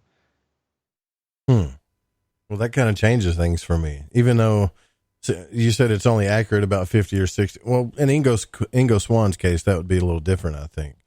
Well, I think even in his case, he fell under the same things. But this would mean, Joe, that you could do a target and you could be spot on 100%. And then the next time you do it, you're completely off. So even within that type of a failure rate, it's still really, really good. And, of course, this has all been, people trying to figure out how do you improve the accuracy of somebody remote viewing. A lot of the ideas are, it's just trying to get your analytical mind out of it. I know Joseph McGonigal nowadays, when he does his remote viewing, he does it in front of Jeopardy. He does it while watching a show so he can keep the front, your normal consciousness paying attention, and you can let your subconscious mull the stuff over while he just sketches and draws. He does it while watching Jeopardy. That's cool. And so he keeps his mind occupied, basically. Yep. I'm trying to imagine a world if we lived in it where everybody realized that they could do this. I think it would be kind of chaotic in a way. Like first thing I'm thinking of is spouses would start doing it to see, is she really cheating on me? Is she really going to the grocery store? You know what I mean? And they start take this a step further, Joe. I'm sure you're familiar with Rupert Sheldrake and morphic resonance. Yeah. And you've probably seen in the news that they had a species that re-evolved from another species out of nowhere. Not that one I'm not familiar with, no. This was recently announced. It's this type of bird, and essentially, if I'm getting the location correct, it was over in like the Galapagos, Madagascar area. And they lived in this area, and when it got flooded over, their ecosystem was destroyed and all the birds were wiped out. And then thousands of years later, that area then gets re-exposed. That area is then come back, and a bird that original bird had evolved from to meet that very specific niche then re-evolves back into that same bird to fit that specific niche. It's almost like there's blueprints. There's some sort of information out there that's still accessible. And to me, this hints at the fact that there is no such thing as time, that these things, this information traverses all the distances. And when you start to think in ways like, well, what would this really mean? Well, to me, it means if we're connected across time, if you can remote view and send yourself information from the past or into the future, and that these things are all slippery, well, that means that these things have already had an effect. This information, these correlations, these things that we could do, if it is possible to be done, then we have done it and we don't have to worry. The past, it's funny. The science is starting to show that you can have retrocausality, that you can do experiments in which what you do before the experiment starts impacts the exit of the experiment. And all day long, scientists will agree this happens on the micro scale, but nobody wants to talk about the macro scale. But if you simply just scale that up into an idea that, well, if that does scale, that means that it could really be the most important thing in life is the moment, because the moment is connected to the future. It is connected to the past. Those things all are in existence. And something about this moment that we're living right now is an amalgamation and influences what is going to happen, and it has what happened. So it almost, in my mind, takes some of the fear of the future out, because, we're bound by time and endings and things being finite and not existing. But, if they always kind of do and always kind of have, and we're always kind of plugged in and messing in that malleable world. And when you get into remote viewing and positive thinking and mantras, and you have these things that you do, when you do a mantra every day and then that thing miraculously comes true, then I don't know. It's a very magical thing, Joe. Do you think that humans are divine per se, or that this is a Matrix type thing? Because the more I hear you talk about that, I'm thinking about all kinds of things. Some text where Jeff Harmon was talking to me about how there's a certain set of angels that are constantly permeating reality, from moment to moment, or just the moment, if you want to look at it that way. Or when they found the error correcting computer codes in the nature of reality. It makes me think that there's something going on, like as far as what Thomas Campbell calls the video game or simulation theory. What are your thoughts on that? I think that is, it's such a great question. When I think about the morphic resonance aspect, I think about all the work that Rupert Sheldrake's done in being able to show that you can get information that passes through from happening to animals that have lived in the past, then died. And the only way that they have passed that information down is through experience, meaning you have rats run a certain maze. They do it in a certain time. They get faster, better. Then you breed rats of the same species on the other side of the world. And when they start running the maze, they start running it at the lower speed. They don't start where the other one started at the faster, that there's something about an information behind everything. And when I start thinking about what we look in the geologic evidence of humans, we find humanoids all over the earth. We're always looking for the missing link. But if we look at this news story of this bird that can re-exist out of something, well, if we really do evolve out of lesser creatures, from bacteria, from, whatever other living thing is out there, then where is the missing link? Maybe that information has always existed. Maybe mankind, humans, what we essentially are is something that can exist in all the corners of the universe. It might be a Star Trek universe that we don't know, with more humanoids, than they look the same, they act the same. Maybe, and where I'm going with this is from the divine level. That means that if there's a cataclysm on Earth, man can be wiped out, but man can still exist and still re-inhabit an Earth. Because the code's still there, basically.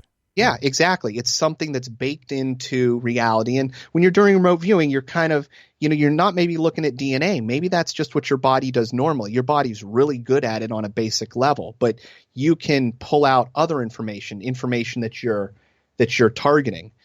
One of the things too, when you ask about the divine, the only way that I can think of it is I'm a huge believer in as above, so below. I love when you look at science and you see a macro experiment describes a micro experiment. Right. Yeah. And when I start thinking about, okay, do I believe that there's a God and that there's an angel or something that could help me? I do. And the reason I do is because in my house I'll get bugs and I'll pick them up. I don't want to kill them. I'll take them outside. Sometimes when I'm picking them up, they might get hurt. I'm taking them to a whole nother location. I don't know how they're going to last or exist. I'm trying to do something good for them, but because I'm there trying to save it, I assume as above, so below. There's so much that I can't see, that there is other things out there, that I'm not so closed-minded to think that this is the only existence of life. This is the only spectrum that we can see. There could be all these other things that people do claim to experience, all these other animals, all these are, cryptids, whether it be UFOs, the DMT experience. There's all these other aspects of of life. And when you start going into people's stories and experience and religion, these things start to plug into people in ways that keep them believing. So, in the as above, so below, I know that I can go out into the ocean and there's going to be sharks that might want to attack me. So yeah, am I going to believe that there could be a succubus? In my mind, it makes complete sense. I see what you're saying. Yeah. Yes. From my view of the world, I definitely believe, because you talked about it before, that, in certain forms of magic, you're figuring out what these intrinsic laws of the universe are and how to exploit them. And I think that has to be true. If you look at all systems on Earth, we are an ecosystem. Plants help each other. Mycelium facilitate the growth of plants and the facilitation of nutrients to them. If we destroy our environment, we can't breathe the air. We can't live in an environment that, have these toxins in it. Well, we're going to die. And so, it's like inside your body, you have cells, you have organs, you have separate parts of the brain. They all interact and come together for something. And I believe that you, me, and every other person are part of the same massive organism, massive ecosystem, massive whatever it is that we are part of. But that, that is an aspect of our divine reality, and that you can take that in nature, when things mesh together, when all things are benefiting from each other, that is when nature thrives. That is when nature grows. And you can take that. And, I talked about The Secret before, which is a book that was really important to me, but the book I wish I'd read earlier when I was a teenager, and instead of that book was a book called Think and Grow Rich by Napoleon Hill. Yeah, and that is that book. Amazing book. That to me has been a life changer for me in the last 6 months. And what I love that he talks about is it's just that. It's doing good for others. It's always helping others. It's getting a group of people together, a mastermind group to help, to make each other grow, not cutting people out. And, because we think we're going to take on the world alone a lot of times, and everybody has a gift to offer, I think. And if you put it in a group, it becomes something pretty powerful. That's for sure. Joe, we couldn't live if we didn't have bacteria living inside of our intestines, changing the way that we think based on the food that we put in. And that is a beautiful meshing of things. And if, we start to pull ourselves out of that environment, we start eating processed foods that have preservatives to kill off our gut biome, we start taking antibiotics, well, we start having health consequences. So, anytime that we start to pull ourselves out of other systems, starting to keep ourselves from meshing with the environment around us, I think there's going to be negative consequences. But if you take the other view of trying to work in a way that is environmentally, I think of environment like, all the soaps and toxic chemicals that we create, we do it mostly because it's cheaper. The plastic could be made environmentally friendly, but it's not cheap enough to do.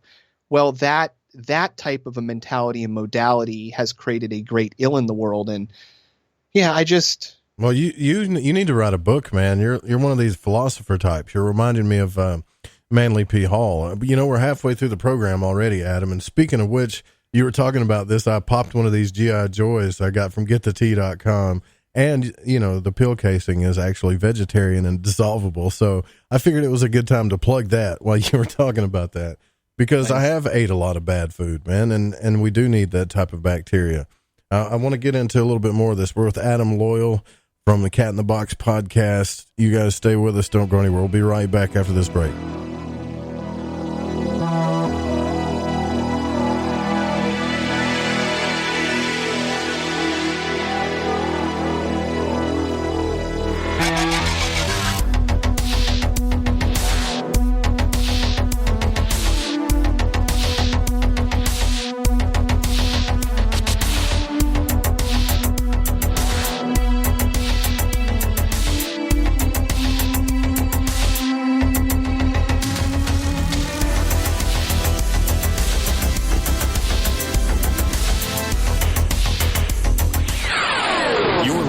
To Lighting the Void Radio. Do you want to know the truth? Are UFOs real? Are aliens visiting Earth? Are governments around the world hiding the biggest secret in history? We're UFO Seekers, official partner of the Fringe FM, and we're on a hunt for the truth. Join us as we investigate locations like Area 51 by subscribing on YouTube at youtube.com/UFO Seekers.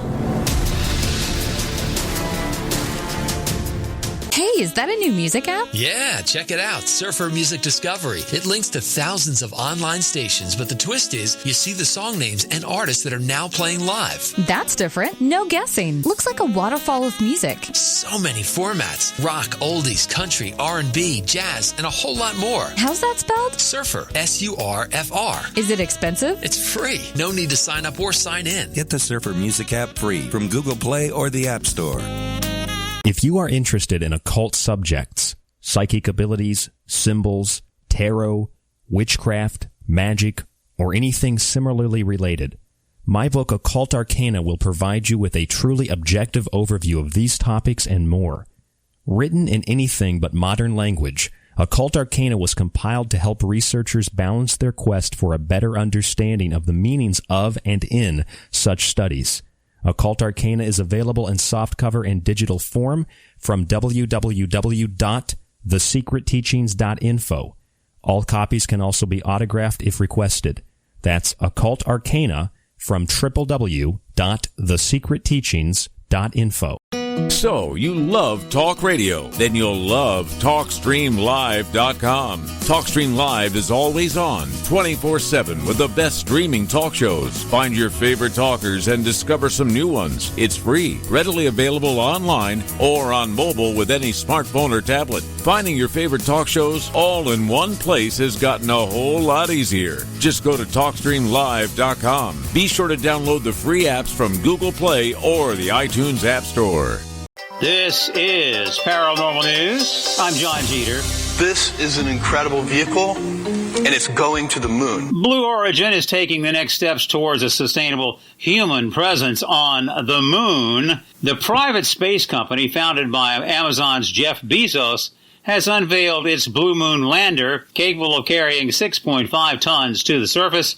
The lander will shoot off in the next Glenn rocket and complete the first test fires, possibly within just a few months. Blue Origin describes the lander as being capable of precise and soft landings. It's time to go back to the moon, this time to stay. Bezos also entertained a futuristic version of humans living in giant space colonies in massive cylinders that could provide gravity by spinning. What if the night sky could generate power like the sun does for solar panels? A new study from Stanford University makes the case that photodiodes can work backwards. Those are semiconductors that convert light particles from the sun into electricity through electrons in a material like silicon. Energy is produced when photons in the form of infrared radiation leave the system. If this energy harvesting is proven at large scale, imagine the wonders it could do for renewable power. Connect with the news at ParanormalRadio.com. I'm John Jeter, and this is Paranormal News.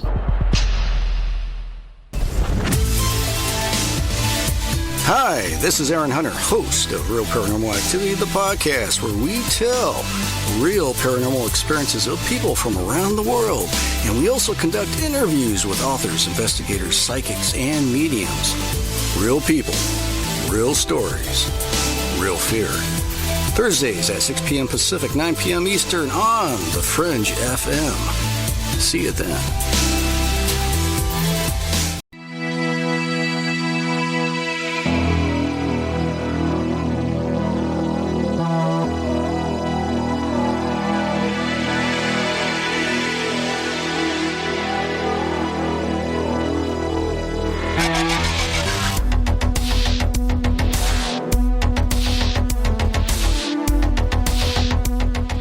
All right, tonight we're talking about remote viewing and more with Adam Loyal from the Cat in the Box podcast and 13 Questions.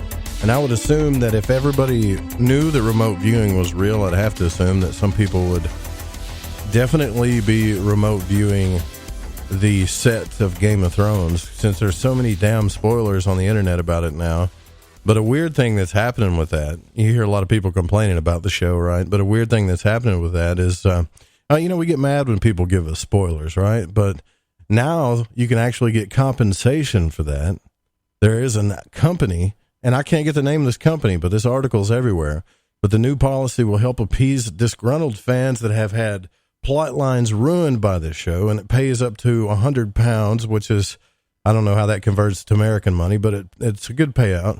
And now they're going to pay this to you if you have a claim, and you can submit it in 100 words detailing how the show was ruined for you. I guess you submit this to HBO.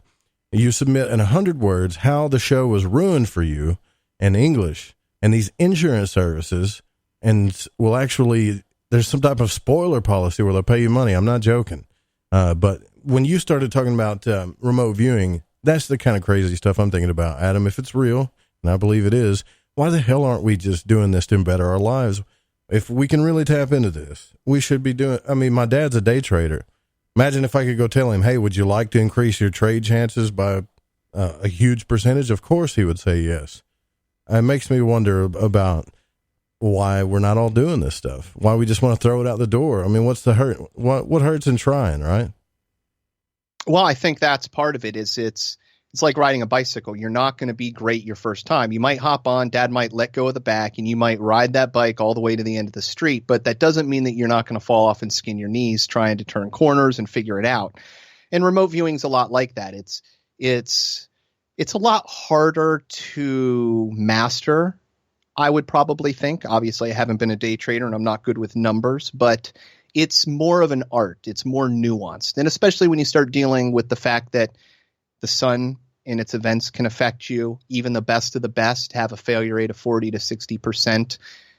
You know, even if that success rate is good enough to make you money in the long run, it's still a bit of a gamble. So, I don't know. I guess it could just be a to each his own. Somebody might be a better day trader than they would be at, gambling with the market using remote viewing techniques, which have an uncertainty of their own. That stuff, for some reason, like it's the biggest topics people want to talk about: money, relationships, and health. And I guess I'm a weird guy because that stuff bores the hell out of me, to be honest with you. And I'm too interested in what are the implications of magic, mind, and the occult, because I find through my own experience that it's true. You and I both have a same copy of Gordon White's book, which is The Chaos Protocols. And chaos magic used to be something that I would just totally stay away from back in the day because I was afraid of it. And I had this discussion with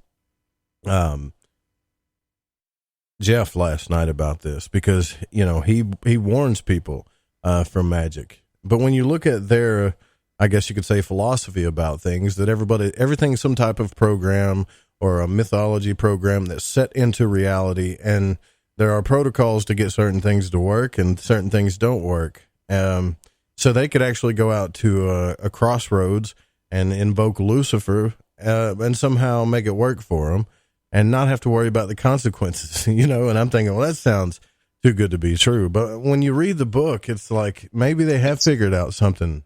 Is it really into reality? Let's say you're going to try to use some sort of spell to improve your health. You're going to go through all these, protocols. You're going to burn incense. You're going to read things at certain times. You're going to go to a certain place. You're going to create a ritual, maybe have an altar, or you're going to go to a hospital. You're going to sit in front of a doctor in a room that's laid out in a very specific way with a person who's wearing a robe and a very specific uniform. They're going to go through a series of procedures with you. And then at the end of that, you can have a drug or an event or a placebo event that has the exact same effect. And we call them miraculous recoveries, remissions, whatever. And we don't see that those could be the same end of the coin. That if you're getting the placebo effect, well, maybe it has to do with the way that the medical system is set up and the way that you come into it with a mentality. It is a form of magic. Yeah, absolute faith. I've seen that happen in my own life. Friends and family that have gotten cancer to go out of their body just because they believed that, they didn't have cancer and it wasn't going to kill them. And it was gone. Studies show that the most statistically successful procedure that you're going to have done, if it's a surgery, is the one that you believe in. So that says a lot to me when it comes to the placebo effect, that you could have two things that could work in two different ways, but the one that's going to work best for you is the one that when people are, questionnaire about, is the one that they think is going to work. I mean, you would have been a lot better friend to have when I had surgery than who was with me. My father came in there and, right, but how I don't know if you ever had surgery before. I've had plenty of surgeries, unfortunately. Yeah. Well, I'm waiting to get my gallbladder removed, which is, it's almost like a sign, what you call like a conveyor belt where they're just running people in and out. That's kind of a sad state of affairs, by the way, that so many of us are losing organs by the pounds. But, right before they get you prepped for surgery, and if you get a little nervous, they'll give you a little shot of Valium. And as they're wheeling me to the operation room, he says, well, make sure that you pray. And I said, why do I need to pray? Everything's going to be all right. That's what everybody's been telling me. And he said, well, you never know. It is surgery, so you might want to pray. And I looked at the anesthesiologist, and they kind of nodded their head. And I was like, yeah, things do happen sometimes, but you never know. All right, here we go. You ready? And I was thinking, oh, great. Now I've got this. I went from being totally comfortable and fine and believed everything was going to be okay. And right before I went into the surgery, I started questioning things, and then they put you to sleep. That's a freaky thing. But isn't that amazing that just their bedside manner could change an outcome with a person? And those are the things that are really important. And you can take it to other levels. Not Rupert Sheldrake. Dean Radin talks about this, where there's studies showing that you can increase the the nutritional absorption of food just by giving intention behind it, essentially praying before a meal, praying for your food, that it's going to be good for you. And you go, okay, well, if it's that simple, is this why rabbis bless food? Is this maybe something that we can start doing as a large agricultural thing, that we can start having people bless food before it goes out to the plate so that it's a healthier food without doing anything other than offering intent? And I see that type of thing, just like you mentioned there, having direct implications into how people experience recovery. Exactly. We talk about that too, by the way, in the Get the Tea webinars, which we're having on the 20th with Ronnie at getthetea.com. So he'll tell we give away a free item, and he gives away a one-time code too. But he talks about that, how the placebo effect, and how you need to have a positive mentality for these supplements, because for some reason, and in his experience, and he talks to thousands of people that take supplements, and in his experience is that if they really believe and are positive about the supplements they're taking, they get way better results. And it doesn't matter if it's CBD oil, it doesn't matter what product it is, the tea, it's just something about the mind really enhances it. Well, that's another question I have. Do you think the mind is really that ugly looking organ that we have in our skull, or is it something bigger?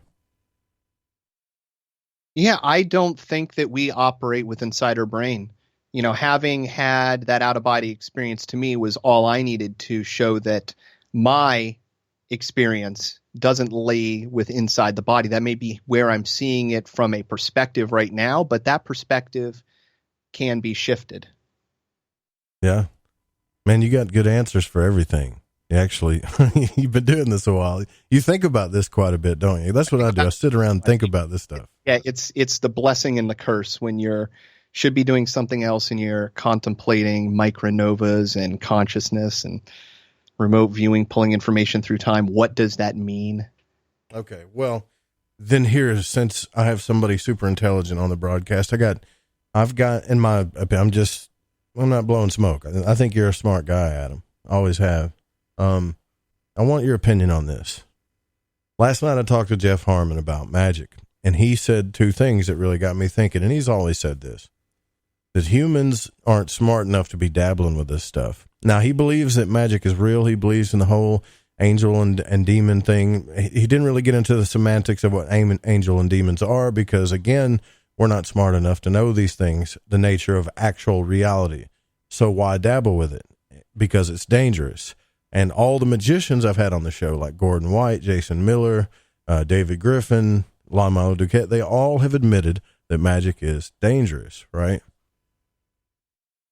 Do you think magic is dangerous from your point of view? Is rock climbing dangerous? Well, sure. Yeah. But would you tell somebody not to go rock climbing as an adventure? People that's what they do. Would you tell somebody who does flight suits or skydiving not to do it? Yeah, it could be dangerous, but what's your intent? Who are you going to hurt? And if you lived your life not doing anything dangerous, you never get on a motorcycle, avoid bicycles, public places, don't want somebody else to cook your food for you. So I don't know, from a dangerous aspect, what is dangerous? What are the negative impacts? I can give you an example. In my mind, let's take this book that Gordon wrote. Fantastic book if you guys are into magic, by the way, which is the Chaos Protocols, right? Yep, I've read it. Very good book. Yeah, it's an awesome book. And he talks about, and see, Chaos Magicians, if you guys don't know, some of you do, I know you do, but their whole focus is on what works. That's the beauty of Chaos Magicians, is they're only focused on what works, and they try to get around the other stuff. Now, this crossroads ritual that's been on a lot of shows here lately where people talk about going to the crossroads and stuff. Well, in this particular book, you can name any entity you want, but he brings up, a lot of people like to use the mythological Lucifer, and they relate it to kind of mythologically. In Jeff's mind, that's a very dangerous thing, because we don't really understand what Lucifer is, and if he really is a trickster, then what kind of deal are we making? Now, keep in mind, I'm not talking about offering up your soul, and the book doesn't talk about that either. In fact, it warns against it. But people that have done this ritual, and I've heard others on other podcasts, and I'm sure you have too, said that it absolutely 100% works. So you take a guy, you go out there and say, look, I'm tired of being poor. I want success, blah, blah, blah. They do the ritual. They give Lucifer some alcohol, maybe a gift or two. And the next thing you know, these things start happening in their life for good. And now there's the question, are you going to go to hell? Did you just give up your soul? You see how ridiculous it gets after a while. That's the stuff I'm thinking about. Yeah, that stuff doesn't even cross my mind when it comes to magic or the spiritual remote viewing. I mean, I don't know. The Catholic Church is a deep magical practice that is ongoing today that has very similar, invocations to people. We don't know what we're dabbling in. We don't know what is on the other side. But, I guess if nobody dabbled, then you would never make any headway. You could never figure out what the good is and what the bad is. Man, you got a way of answering it without giving a definitive. Okay. So, and I'm not trying to dodge the question there at all. I just, I think of the universe more in a way of balance. There's going to be evil out there. If there isn't evil, if there isn't some oppression in your environment, then there's no chance for you to be righteous and to do the right thing. So good and evil, while it can exist, I don't hark on it as being so much something to be afraid of, as being something to be ready to confront and try to avoid if you can.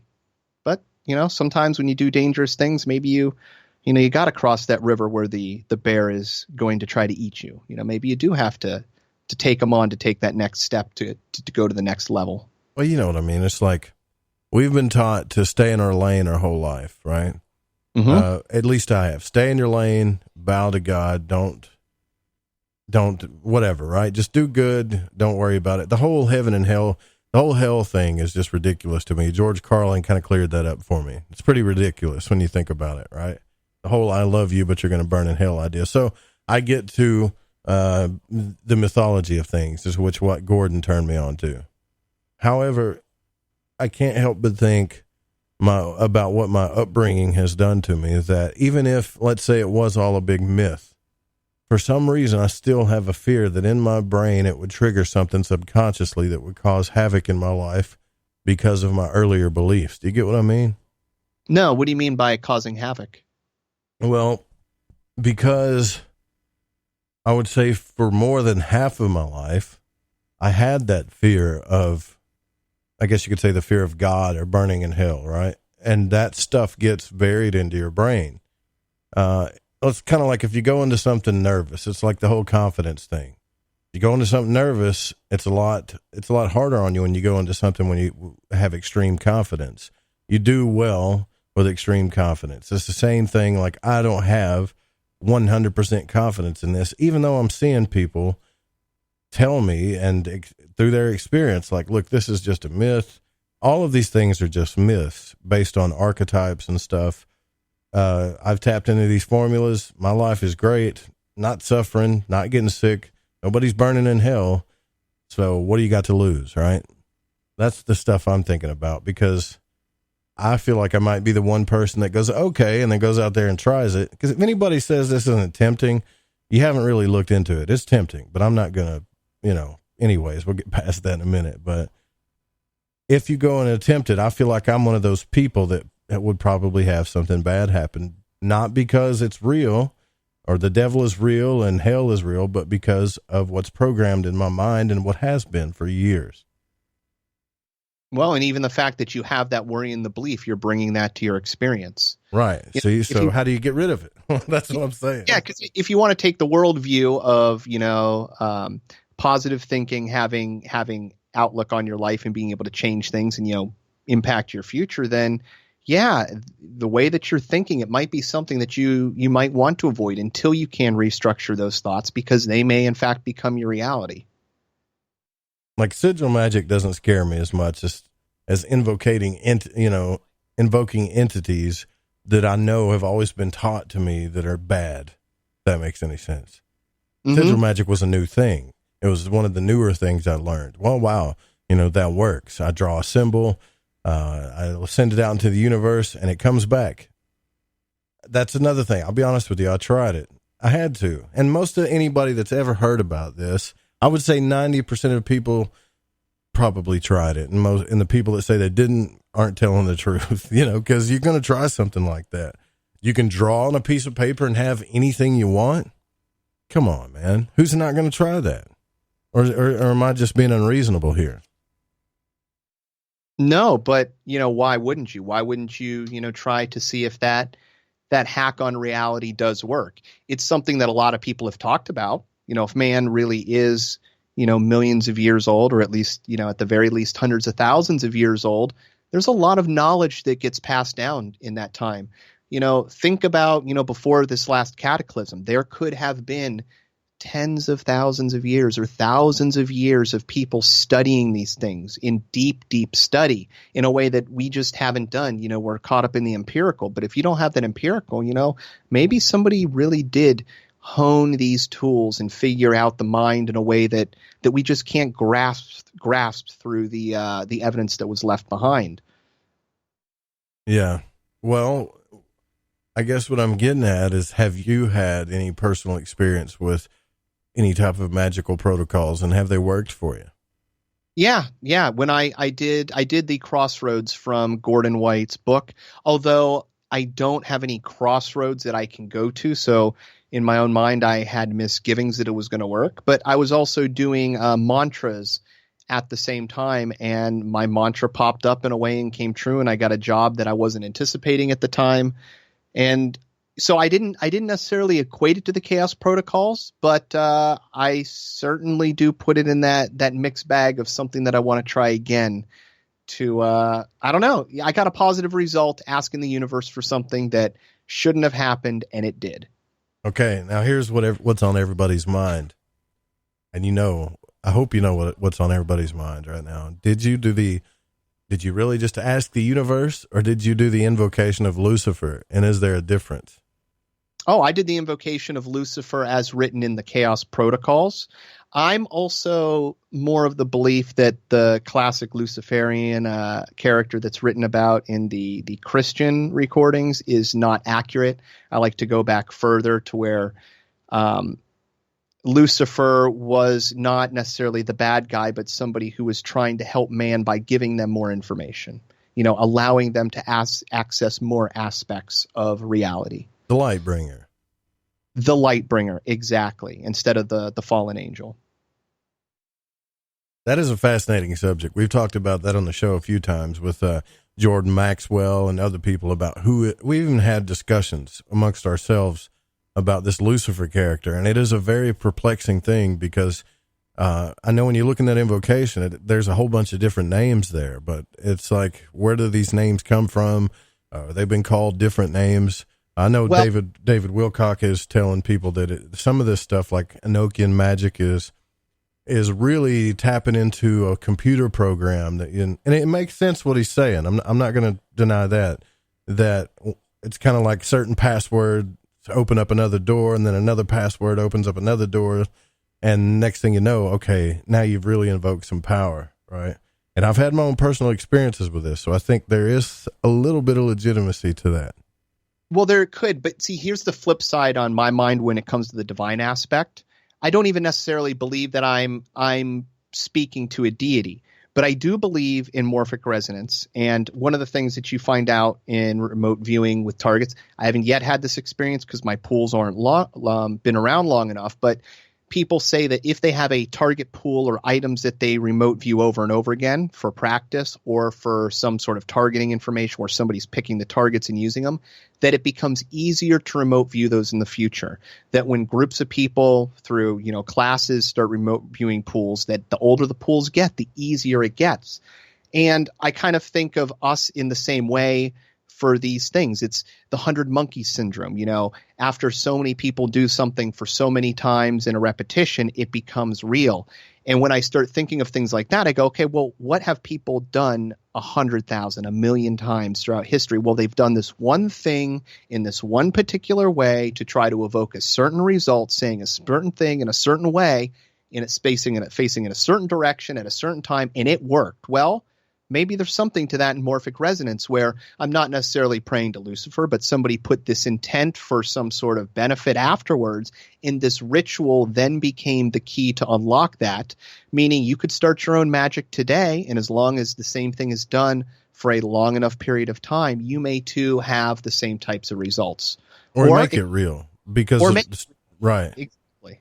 That's kind of like the Carl Jung collective unconscious thing too, where enough people, it becomes an archetype in society or in the program. Exactly.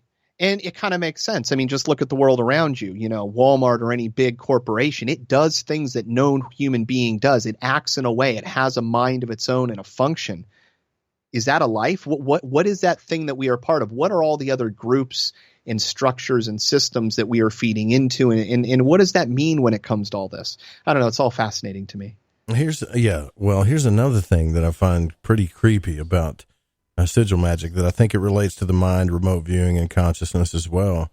Is Don brought up a good point. A long time ago on the show, we did a practice thing where, everybody did their own sigil where they wrote, you write it down what you want and you get rid of the consonants, the double consonants, and the vowels, and you got this thing, you make it, you know how it works, right? So what I learned about this is that the more you wanted it to manifest, the least chance you have of it actually manifesting. But when you actually forget about it, almost like when you say, okay, this isn't going to work, and you move on with your life and you totally forget about it, that's when it comes into play. Has that happened for you like that as well? Not with sigils. I haven't done any sigil work, but certainly in other experiences in life, when you're wishing or wanting or thinking of something, and it could just be the, I was paying attention to it effect, but it seems in my experience that things seem to happen when you least expect them, out of nowhere, when you've given up, when, you didn't think it was going to happen, when it really needed to, it did. Yeah, that's weird. See, that's another little hang up. Why does that happen? These are the things I'm curious about, right? Because what does it imply? What does it imply about who we are? And I wanted to talk about that too. We do got to take another break, but I wanted to talk to you about, the human potential, things that have possibly been hidden from us and your points of view on that. Don't forget too, guys, that I forgot to mention that go to preparewiththefringe.com. We're doing a special right now where if you order anything $100 or more, you get free shipping. It's free one-day shipping, by the way. And you'll get a free t-shirt too. So go to that, preparewiththefringe.com. We'll be right back.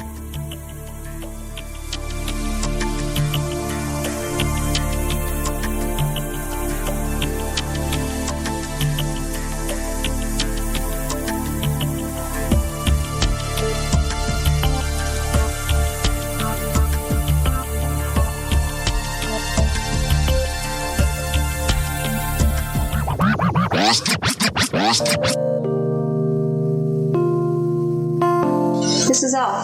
I listen to Lighting the Void because it's interactive radio with good content, interesting guests, and a humble host, sharing this journey through the esoteric. Hey, Joe Roop. Thanks for having us along for the ride. Thank you so much for a delightful evening. Well, I got a lot of ground to cover.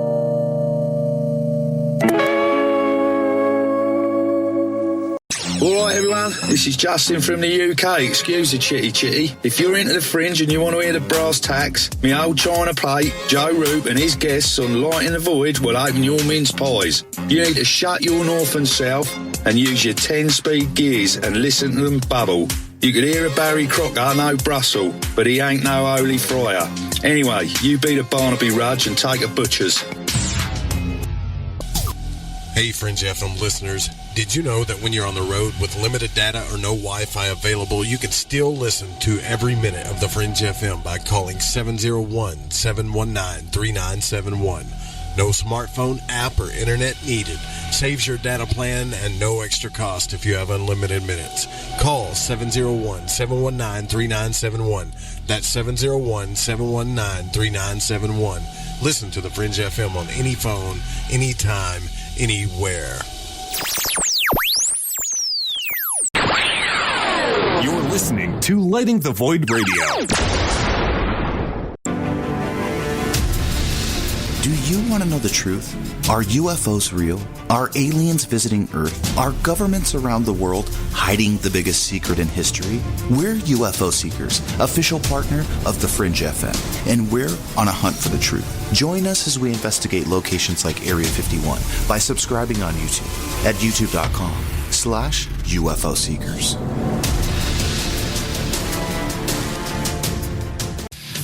We all have that story to tell in our lives. The winds were howling, the ground shook, you could hear rushing water, and then history repeats itself. When there's no power, refrigeration fails, stores with their shelves stripped bare, ATMs can't operate, deliveries stop. Then what? These events can last days or weeks. You need a plan. In statements made during recent interviews, FEMA Administrator Brock Long has repeatedly urged all Americans to understand three truths. FEMA is broke, the system is broken. If this is the new normal, Americans can't rely on federal cavalry when disaster strikes. Don't get caught out in the elements empty-handed. Prepare with us by going to preparewiththefringe.com and get your 2-week food supply. 92 servings, 8 food varieties with 25-year shelf life. Normally $137. Now only $75. Or get a month's supply, normally $247. Now only $147 shipped in one business day. Just go to preparewiththefringe.com or call 888-440-7931. That's 888-440-7931. Get this great offer and be prepared while it lasts.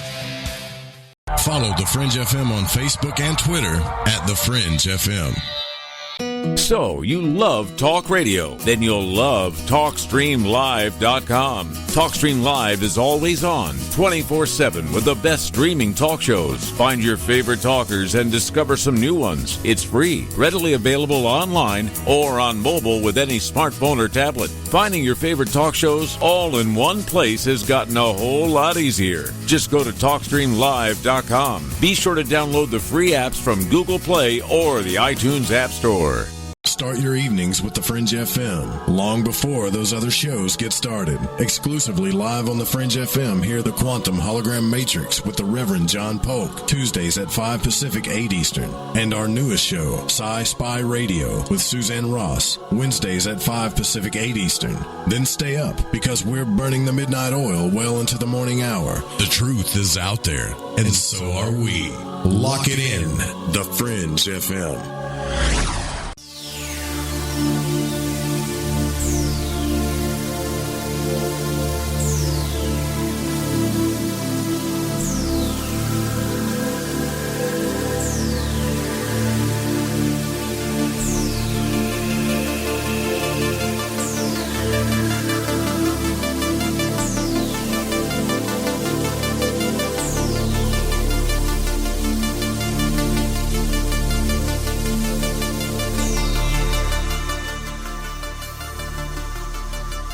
Welcome back to Lighting the Void. I'm your host, Joe Roop.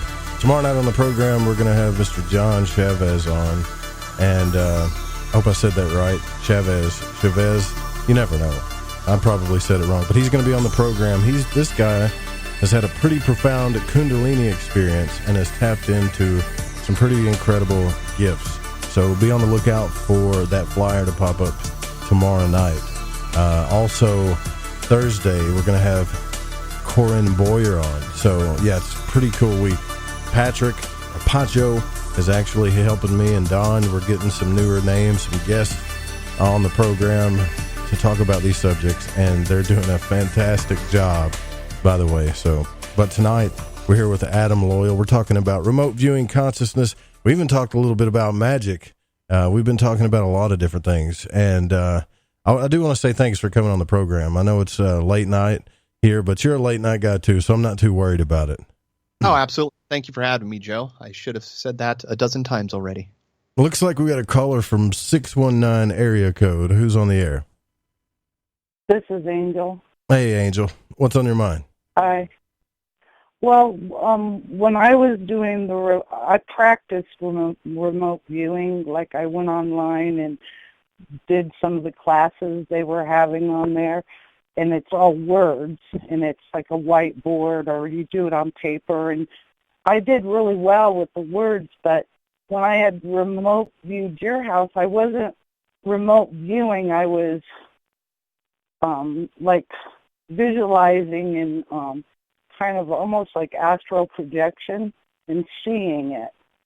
So it was different, and it was a lot easier because it was faster.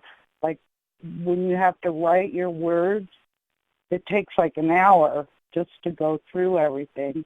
And then, yeah, I don't know why I didn't bring that up, Adam. This is one of our listeners, Angel, who we did a little remote viewing experiment on the program, and I don't put too many pictures out there. I said, can you remote view the studio? Usually when I take pictures of the studio, it's the equipment and stuff, not the other parts of the studio. And she kind of nailed it. She saw the TV on the wall. She saw the couch that's in front of the studio. It's a tan kind of colored couch. She started nailing that stuff right off the bat. But you weren't remote. That's interesting. You weren't remote viewing like we're talking about.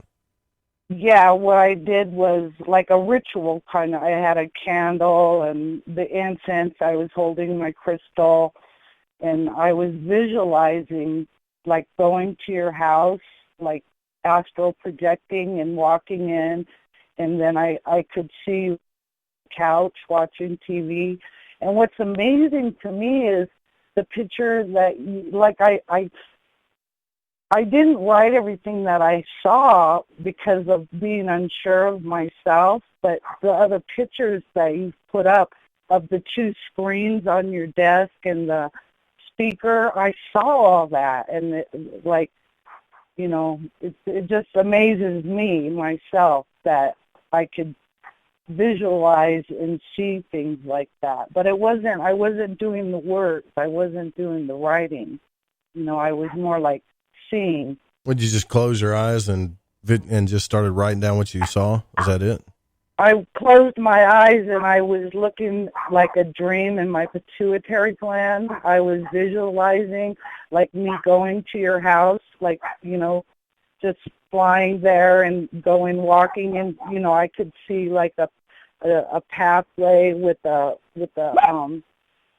mailbox in front of your house, and then a house, and then a studio next to it. And I walked in and I could see you laying on the couch, and I could see a throw, like a knitted or a knitted throw on your couch. Yep, that's I got one of those too. Yep, I got that from my grandmother. I saw that, and then I saw like your desk in the middle and two big screens. Like I saw a lot more than I wrote, but it just amazed me when you put up pictures. Like I did see that, I did, but I wasn't. Yeah, but I wasn't writing the words, like, you know, you do smooth and slanted and smells and taste and dimensions, but even when I was practicing and I got somebody online that would give me targets, I was doing really well, even, you know, just writing the words. But one thing that he gave me was an island, and I drew the picture of the island and I did the words right, but I was seeing underneath the water, like I was more seeing like a base underneath the water in this remote island place. Well, whatever you've done, you got your dogs all stirred up now. Yeah, I don't know what they're barking at. Yeah, it's crazy. Well, listen, thanks for calling in and reminded me of that. I appreciate it, Angel. Okay. Thank you. All right. Bye-bye. Yeah, bye-bye. Yeah, that's pretty. See, that freaks me out how accurate she was about that. There are sides of the studio, man, that I've never shown anybody. I don't want to show my couch and TV on here, but she picked the color of the couch, the knitted blanket that was on there. Yeah, that was wild.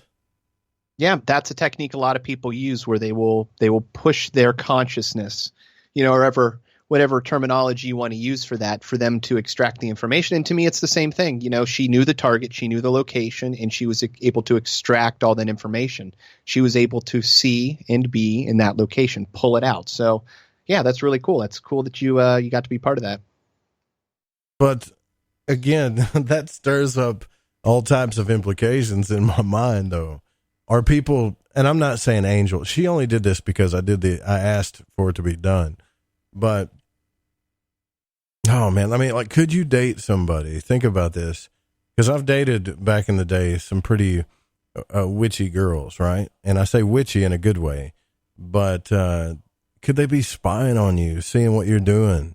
Is there really such a thing as privacy anymore? If this was to become, let's say if this was to become a reality, that humanity knew that we could do these things, would privacy be something that's no longer existent, right? Think about that. It's a big question, yeah. Which is, it's another question Robert Monroe had in one of his books when he started thinking about these things too, because after a while he figured out, okay, I can do these things, right? So here's what I want to do. I want to go talk to the President of the United States. Here's the trippy part.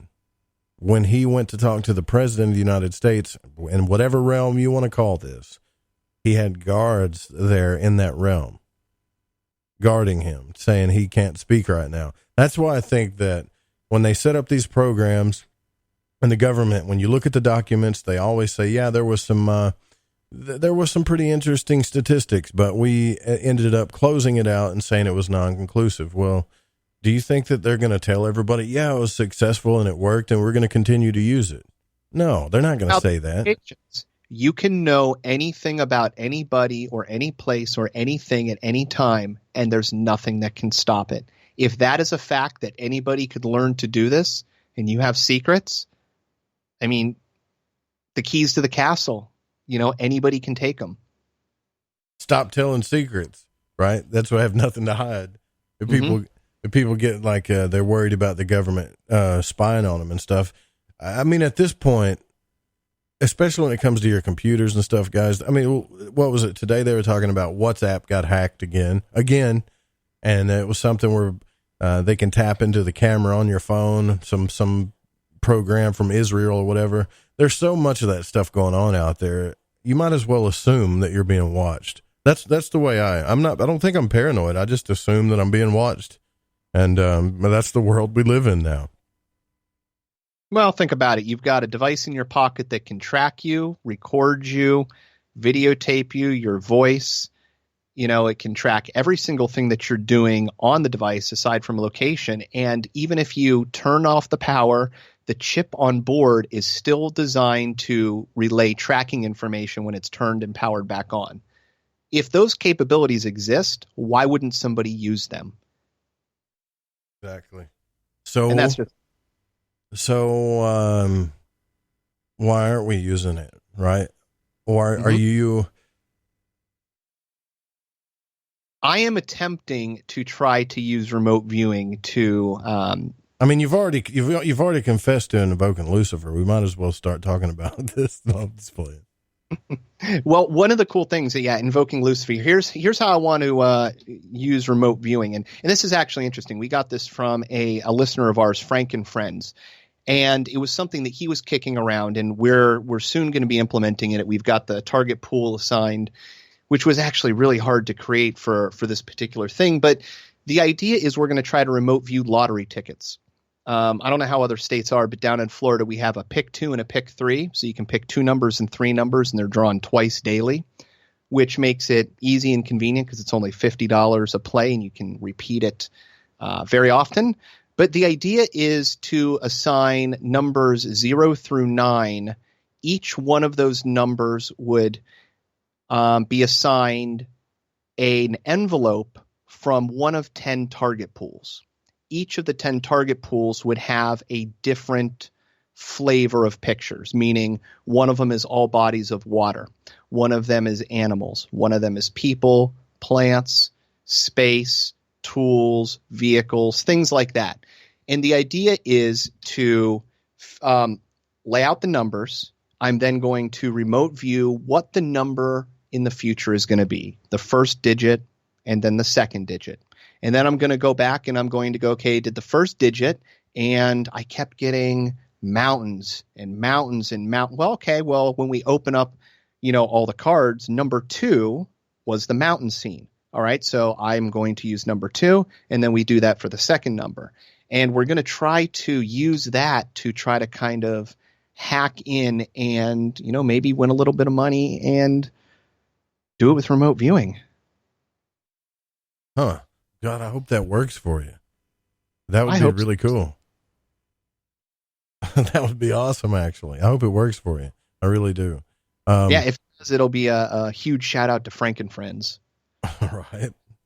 So, do you think that you've progressed, though? Do you think you've gotten better at this over the time you've practiced? Yep. Yeah, because the more that you do it, the more you start to see how things connect, the things that you see that work.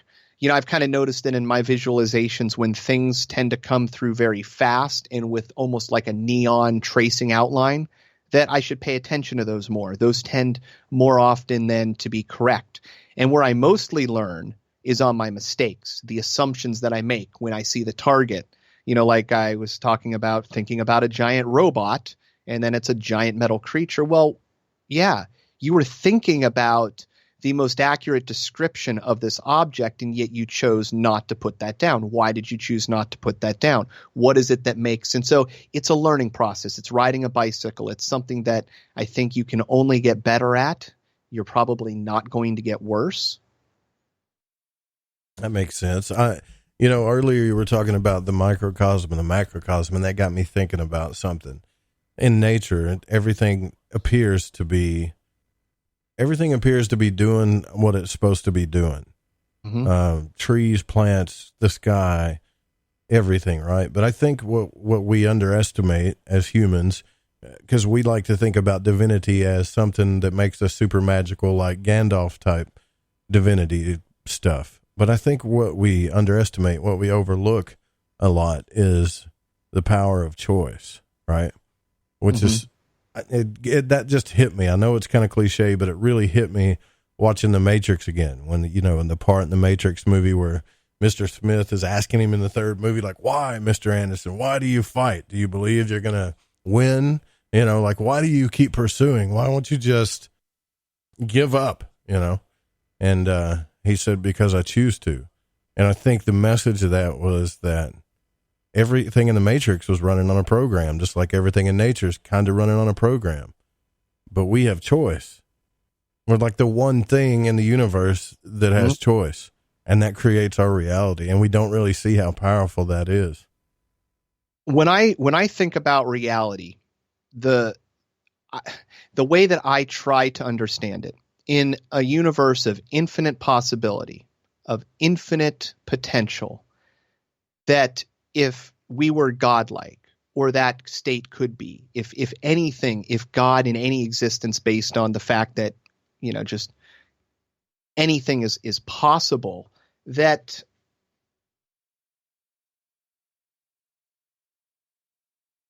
hold on, I lost my train of thought on that, Joe. Anything in nature is possible. I think the archons are trying to get us to stop now, right? That's right. Yeah, they're zapping my mind of my keys to reality. No, if anything in reality is possible, then I think of what would this existence be? How would you trace out different lines in reality? If you could have all the power and do anything instantly, what does that mean? But to find meaning, maybe the meaning is this overlay of forgetfulness, not knowing your divine nature, having horror, having struggle, having light, having dark, that there's something about all of these constraints upon our reality that when they're laid over in where time is non-existent, anything is possible, that what we're experiencing now is a constraint on that system, and that we are finding the best possible paths. And there's something about that reality that with those constraints, we're defining a reality within the infinite.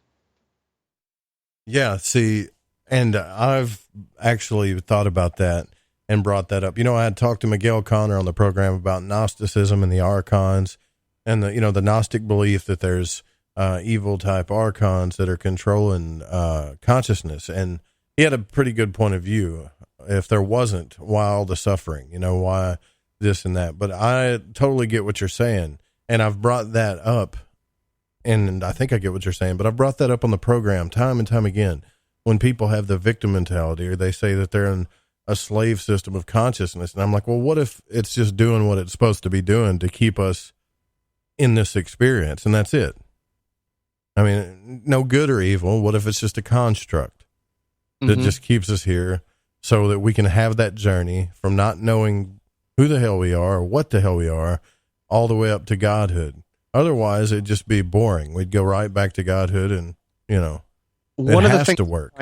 Interesting is when you look at like abuse, or whether you look, and I mean like physical, emotional, or you look at DMT experience, or you look at UFOs, you have entities and experiences that cross over. You have these experiences people have within the trauma. And I look at things like that and I go, okay, well, the world can have horrific events, but even within that horrific event, there's some baseline under the reality that you just can't pull out, that experience, that spiritual reality, whatever it is, as it's manifest, even in the worst scenario, even when you try to control things, because it's part of reality, you can't remove it. You're still going to be experiencing it. And that's one of the things I love about the crossover between all of these, you know, paranormal type things, because to me, it really shows that there's something here and you can't take it out of the system. Everywhere you look, you start looking back behind these curtains and seeing the same type of connections.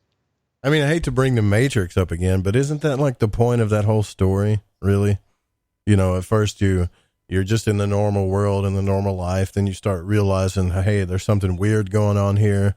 And then you start tapping into things like esoteric principles, like Morpheus, who's the god of dreams. That's kind of like you starting to learn about your dream world and your astral world. And then you got Trinity, where you start learning about the universal laws of three. And then next thing you know, now you're in the Matrix. And at the end of the movie, you learn that you're actually the one, right? And that there's nothing new under the sun, that you're just in this system, right? That's what I think.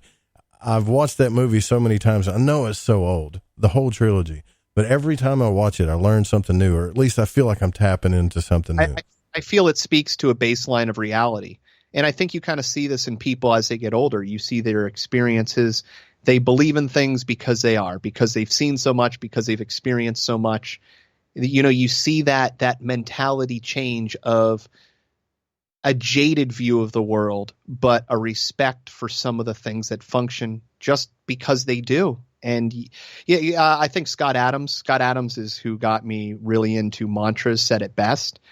You know, do mantras. You don't have to believe in them, but if it works, what does that mean? Just do it. You know, you don't have to understand anything behind it to understand that you're getting benefit. But I think the reason why people don't is because they're afraid of the dangers of it, the fear of the unknown, what could happen to them because they're doing those types of things. People will poo-poo a mantra, but yet they prayer, will. Yeah, and prayer is a mantra. It's the same type of thing. You ask and you receive. Okay, so I'm going to give you this example again. I don't like to tell stories, at least back to back, but I did have an experience with a friend who was, I guess, doing Reiki and doing some other things that just went crazy for a little bit. Like got not institutionalized, but hospitalized crazy for a little bit. And it was whatever she was doing was a dangerous thing, I think. And she won't touch the occult, the mystic stuff. At least that's what she told me. And she's really pissed off that the people that tried to convince her that it was a real thing. And, you know, it's hard to explain her situation because I don't want to reveal too much, but what she went through was pretty horrific, man. It's like worse than a panic attack. And I can't help but think that maybe there is something a little bit dangerous to it. But then again, earlier you said, well, it's dangerous when we do a lot of things, but there's still something that makes me not want to do the crossroads thing. I don't want to go out and, do that. Not everybody should eat peanut butter, right? Not everybody should go mountain biking down the side of a mountain. There are certain things that people are just going to be different and not as well at. And, it might be much more dangerous for a certain person. There can be some people that take a drug every day. They're perfectly fine, but then another person takes it and they're dead. Kills them. Yeah. So, it's to each their own. And if there's danger, sure, you need to make sure that you you do the proper things and have the proper equipment, the proper training, or maybe decide that you're not equipped to do it. But yeah, I think that's probably a valuable thing, that if you're going to dabble in magic, realize there is a reality to it and approach it with that reality. And like anything else, if you're going to get behind a wheel, you know what the dangers are, you know what can happen, when you don't pay attention and put the thought and attention into it, you should, that it can be catastrophic. So yeah, I think taking a pretty serious consideration of that and go from there. And then if it backfires, you knew what you were getting yourself into. And either, come on, man, if magic affects you that powerfully, that would be kind of cool. Because even as long as it doesn't kill you, you could take that and, you got the belief now. Now you know that it doesn't just have to be the bad. Flip the coin, make it the good. Absolutely. Very, very well said. Good point. We're actually towards the end of the program. We only got a few minutes left with you here, Adam. Can you give, I haven't even asked this, can you give everybody the website links and how to find both shows, 13 Questions and Cat in the Box? Absolutely. If you want to find 13 questions, which we ask 13 insightful questions to a person and then they answer, it's 13questionspodcast.com. And of course, you mentioned a few of the people. There's there's Darren and Graham of the Grimerica Show. We had Gordon White on, Duncan Trussell, the comedian, Pat Militek, the UFC fighter.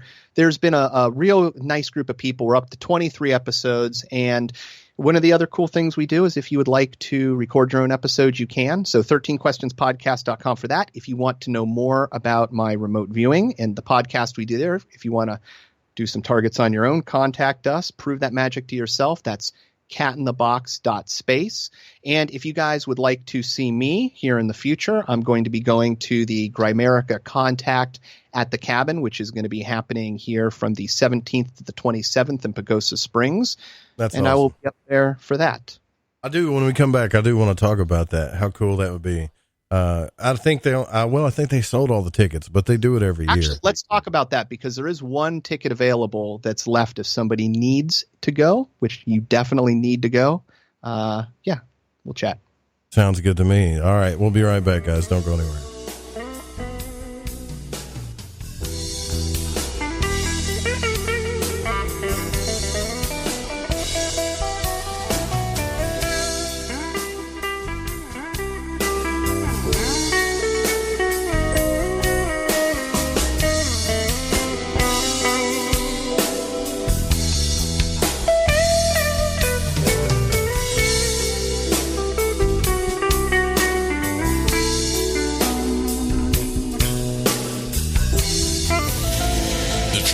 Out there. There's something out here. And so are we.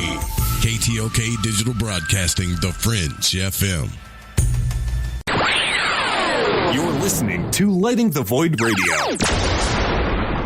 Who were the real ancient Egyptians? What is it about ancient Egypt that captivates us all? The critically acclaimed series Magical Egypt is back with all new episodes. Let Chance Gardner and company take you on another adventure through Magical Egypt in the new series Magical Egypt 2. Magical Egypt 2 attempts a forensic reconstruction of the science of the ancients through a study of ancient aesthetics. Also, the best researchers and authors in the field like John Anthony West, Graham Hancock, Laird Scranton, Robert Bouval, Lon Maladuquette, Aaron Cheek, and more join together to explore the topics of the esoteric and the hidden messages of the ancient Egyptians. Just go to magicalegypt.com right now and put in the code word FRINGE and get 10% off any download or order, including the groundbreaking original Magical Egypt series, as well as the new episodes in Magical Egypt 2.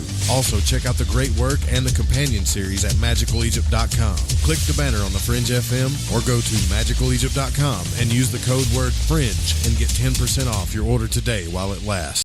So, you love talk radio? Then you'll love TalkStreamLive.com. TalkStream Live is always on, 24/7 with the best streaming talk shows. Find your favorite talkers and discover some new ones. It's free, readily available online or on mobile with any smartphone or tablet. Finding your favorite talk shows all in one place has gotten a whole lot easier. Just go to TalkStreamLive.com. Be sure to download the free apps from Google Play or the iTunes App Store. Hello, this is Vance Nesbitt. Take the time to expand your mind by listening to Lighting the Void with Joe Roop right here on the Fringe FM. Follow The Fringe FM on Facebook and Twitter at The Fringe FM. Hey, is that a new music app? Yeah, check it out. Surfer Music Discovery. It links to thousands of online stations, but the twist is you see the song names and artists that are now playing live. That's different. No guessing. Looks like a waterfall of music. So many formats. Rock, oldies, country, R&B, jazz, and a whole lot more. How's that spelled? Surfer. S-U-R-F-R. Is it expensive? It's free. No need to sign up or sign in. Get the Surfer Music app free from Google Play or the App Store. Lighting the Void is proud to announce Mind and Magic's Protection and Defense Course for protection from magical and psychic attacks. This is not a joke. Magic practitioners are on the rise, and with that comes attacks from baneful or black magicians that try to harm or hurt others for their own selfish reasons. If you are not a believer in psychic attacks, then this isn't for you. If you are, and you want the power to defend yourself and your family and home, then I highly suggest you grab Freighter Xavier's Protection and Defense Course. In this course, you will learn how to tell if you are under attack from a natural source or if an individual is attacking you. The 4 forms of curses and attacks. How to remove self-imposed curses. The correct way to cleanse your home from negativity or malevolent entities. How to make your own holy water. What you should always keep near or under your bed. Herbs that banish negativity and promote purity. The most powerful banishing rituals on the planet. And for those that seem to want to harm you the most, how to put your enemies in a hell pit of their own making. You can also learn protection against shadow people and other entities. Or are you just in a bad planetary alignment? Even how to get rid of an enemy using a tic-tac box. It does not matter what your faith or belief is, this will work. Click the banner on the website at lightingthevoid.com or go to lightingthevoid.com/Xavier. Okay, here we go. AncientLifeOil.com. AncientLifeOil.com. Now this is for CBD. AncientLifeOil.com. Again, for CBD. Where do I get CBD? AncientLifeOil.com. It's pretty good stuff. Organic, non-GMO. We are the Ferrari of CBDs. AncientLifeOil.com. You know, they say when you mention a person's name 3 times when you first meet, that you're going to remember. So I'd say to you, nice to meet you, AncientLifeOil.com. It's AncientLifeOil.com, right?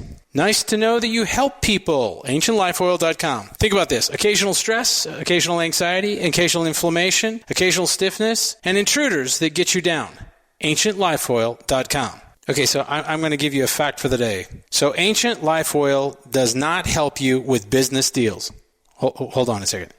If you feel better, it could help you make a better decision. Okay, I'm wrong. Just remember to go to AncientLifeOil.com. Want to know what's on the Fringe FM? Check out our schedule at thefringe.fm.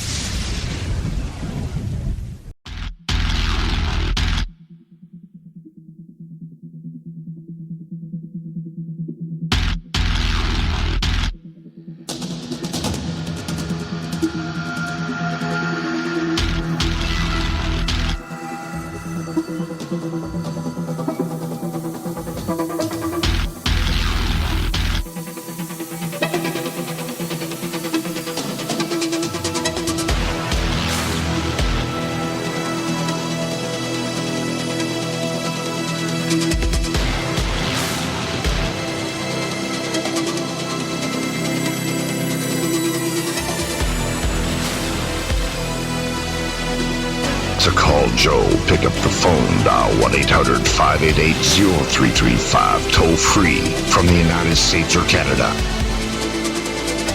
All right, welcome back to Lighting the Void. We're here with Adam Loyal from the Cat in the Box podcast. Adam, and there was something else I wanted to bring up before we get into the contact at the cabin deal is scrying. Scrying in the spirit vision is something that I learned. Some people call it just scrying the spirit vision. There's something I learned was different from remote viewing, different from astral travel, different from hypnotism, different from everything.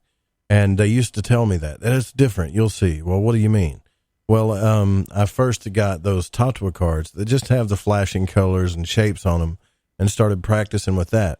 And it was, after a while, nothing really happened. I was just like, okay, yeah, I can shut my eyes and I'll see the contrast, which is something they wanted you to focus on for some reason. With the flashing colors, but I think it was almost like the 30th time I tried it. It was the one with the black egg on it. I forget what it's called, but I started feeling like I was being sucked into somewhere, like slipping away, and it freaked me out. And I just, you know how you have that quick adrenaline rush and your heart speeds up, right? That I was like, I can't get out. I'm stuck. And I felt my heart speed up, and I just threw the card and backed up. And I was like, whoa, what the hell was that? And that's the last time I attempted that. But people do that. They do it with scrying balls and crystals and Tatwa cards. Do you find that there's any relation to that to remote viewing? I know that there's a lot of people that will remote view by staring into like a flickering flame or a candle, or they will take and look into like a dish of water or reflective surface. The old gazing ball, that you would stare into, which is, a form of scrying using a crystal. So yeah, there are ways that people use this. And I kind of like the idea that, maybe, when you focus on a flame or you're looking into a crystal, that it is a tool for your mind to be able to put itself in a place that you can see in the in-between. And that when you are able to do that, that there might be some sort of, even like with a candle, like a hypnotic effect,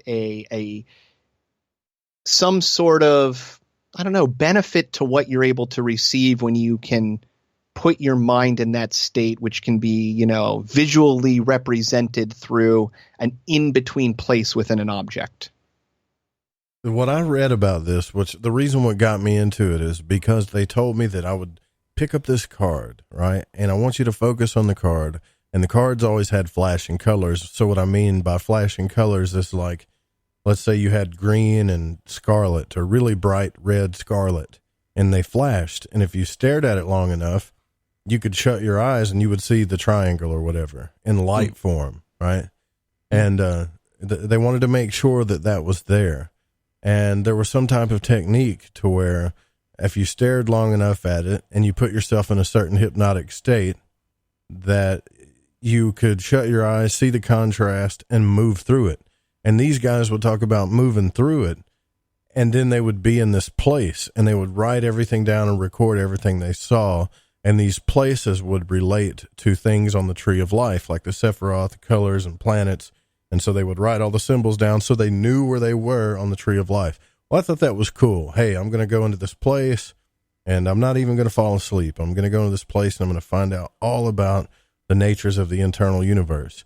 But what happened instead is it felt like I was being pulled in, and it took, like I said, 30 or 40 times. I didn't really keep count for it to be like that. And my mind rejected it so much that it made my heart speed up before I would do it. And that's another thing that fascinates me, is our own barriers, like our own fears keep us from doing a lot of these things. I think I just answered one of my own questions. Well, I've had a similar experience in trying to do out of body, trying to astral project, following a Monroe protocol. And I was laying down, trying to clear my mind, trying to do all these things. And I got to the point where my body started to shake and ring like a bell. And I could hear this just like weird, just eruptive sound. And then I realized what was happening. I got, like you said, heart raced, and then gone. Could not do it. It shot away. It's like I pushed it away purposefully without wanting to. And yeah, I haven't been able to attain that experience again since. Yeah, hypnotism to me is a little bit, could be a little bit dangerous. And I see a lot of these people that do these regressions, like UFO and alien regressions, they sit down with a really good hypnotist. And for the most part, there's no harm involved. But they really, if it can take you that far under, then it could be dangerous, right? What was the name of that movie where it was just like a recent movie where that guy was doing that? The girlfriend took them to their family, and they would hypnotize these people and trap them in their own mind and then cut out their brains. God, man. See that one? No. God, it's freaky. I forget the name. If anybody in the chat knows the name of that, please put it up there, because that was a great movie. I don't like the feeling of not being in control, is what I'm saying. Alan Nuremberg was just recently on the Grimerica show, and his perspective on hypnotism I love. That it is a huge tool that everybody has within their own body to improve themselves. And what I mean by this is he can take people up on stage, and if you're susceptible to hypnotism, he can make you be a chicken. He can make you be somebody you're not. Well, you're acting and pretending to be this thing and in that mind state. And he's kind of like, well, why not be able to use this to, say, I don't know, be a professional basketball player? Well, when you look at people that do basketball, or I should say specifically people in the sports, people that are sports related have a much better visualization than other people. They're much better at visualizing things and using visualization to act as a tool to the reality. And you see this in Olympic training where, they find that just using visualization will improve your accuracy and your ability at just as if you were training, but without having to do the training itself. Yeah, I used to do that in golf, actually. I did have that one time where I was making some good shots just because I was visualizing it. Mm-hmm. Yeah, but I don't like the... And the danger would be, well, you, Joe, could convince yourself, you could hypnotize yourself, you could self-speak to yourself and make yourself a better person. You could change who you are in a way. You could reprogram yourself and become that other person, willingly, of course. But you can use, hypnotism as a way to instill those qualities to make what you want happen. Yeah, that's fascinating, man. You and I could talk about this for hours and hours and hours on end. I know we could. We have. We have actually. Another thing we end up doing on the weekend sometimes when I have time is everybody goes and plays Dungeons and Dragons in their own little secret room, right? I had no idea how big that was until I looked into it. And there's many people still playing that game in this world. One of these days, get you back, Joe. Yeah, well, I'm working on it. When Game of Thrones is over, I'll be able to do those Saturday nights again or whatever. Nice. God, what a disappointment. I don't even want to talk about that. All right. So you're doing the contact in the cabin. I want everybody to know about this because this is something that Grimerica does that's pretty cool. You guys actually hang out, and I think it was one of the reasons why Grimerica, Graham and Darren have really grown the podcast over there is because they actually hang out with their audience. And so you guys go to a place, hang out, and now you got Randall Carlson coming out there to hang out with you. Tell us about that. Oh, this is going to be great. So normally the contact at the cabin was literally we was Cyrus or somebody else who would rent a property, and everybody would just go and hang out, different beds, bunks, and it was just the group of podcasters. But Darren got talking to Randall Carlson, who wanted to go explore the Pagosa Springs area. And Darren's like, maybe we can, make something happen where we can actually facilitate, your research, but actually give people an opportunity to, learn more about things on site. And so this idea came up, and they found a property, which is it's this sprawling, beautiful place in Pagosa Springs. Big house with rooms with different bunk areas. It's got a camping ground for different people to camp on. So essentially what they decided to do was say, hey, we're going to bring Randall out here. He's going to go out and start looking at the landscape. And if anybody's not familiar with Randall Carlson, he's a geologist, a self-taught geologist that you are definitely going to hear about in the next 10 years. He's been talking about cyclical global catastrophes for like 40 years now. And the science is now finally starting to back up what Graham Hancock are saying, what all this information. And so he's one of these leaders in this, and he is a huge proponent of a impact catastrophe cycle series, possibly from comets. And so he is going up to do research, and anybody who has a ticket, there's going to be 3 trimesters, 25 people per group, which is something that Randall put on because he didn't want to teach to too many people at once. He wanted to make sure he could keep things personal. And so we're going to have, starting on the 17th in 3 groups leading up through the 27th, people coming through and getting to hang out with Randall, go out to Chimney Rock. Each I don't know, we've got a bunch of different locations and stuff we're doing. So it's going to be a lot of fun. So not only are you going to get to hang out with the Grimerica guys and the podcasting people, we're going to also have Randall Carlson there. And what's even great is the guys have managed to do this at really low cost. It seems expensive, I guess, because the tickets, I know we have 1 ticket left that the thing was sold out, but we have a listener who's unable to go. So he's going to sell his ticket if he can. And that's our last spot that we currently have available. But it's like $600, which is a lot for a ticket to an event. But what's really cool that they managed to do is because they've got the property, that includes a bunk, that includes your sleeping, that includes 2 meals a day for breakfast and lunch. That includes having Randall come out there and getting all the travels and being able to take care of him. And it's really stinking amazing that they were able to put together such a thing for such a cheap amount that, you know, if you play your cards right and you carpool in, really it's the cost of a plane ticket and the cost of the ticket, which is all your lodging. So yeah, I loved how they put it together this year, and it's an amazing experience. And I should say, because I mentioned that there's a ticket out there, because we sold out. If you guys go to badcomet.com, it's the 3rd trimester that's available.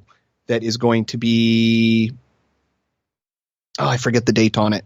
But you can go ahead and go to the website and contact Alan directly through there, badcomet.com, and be that last person in. Or keep an eye, because hopefully, you know, knock on wood, this is going to be something that goes on into a 4th, 5th, and 6th year.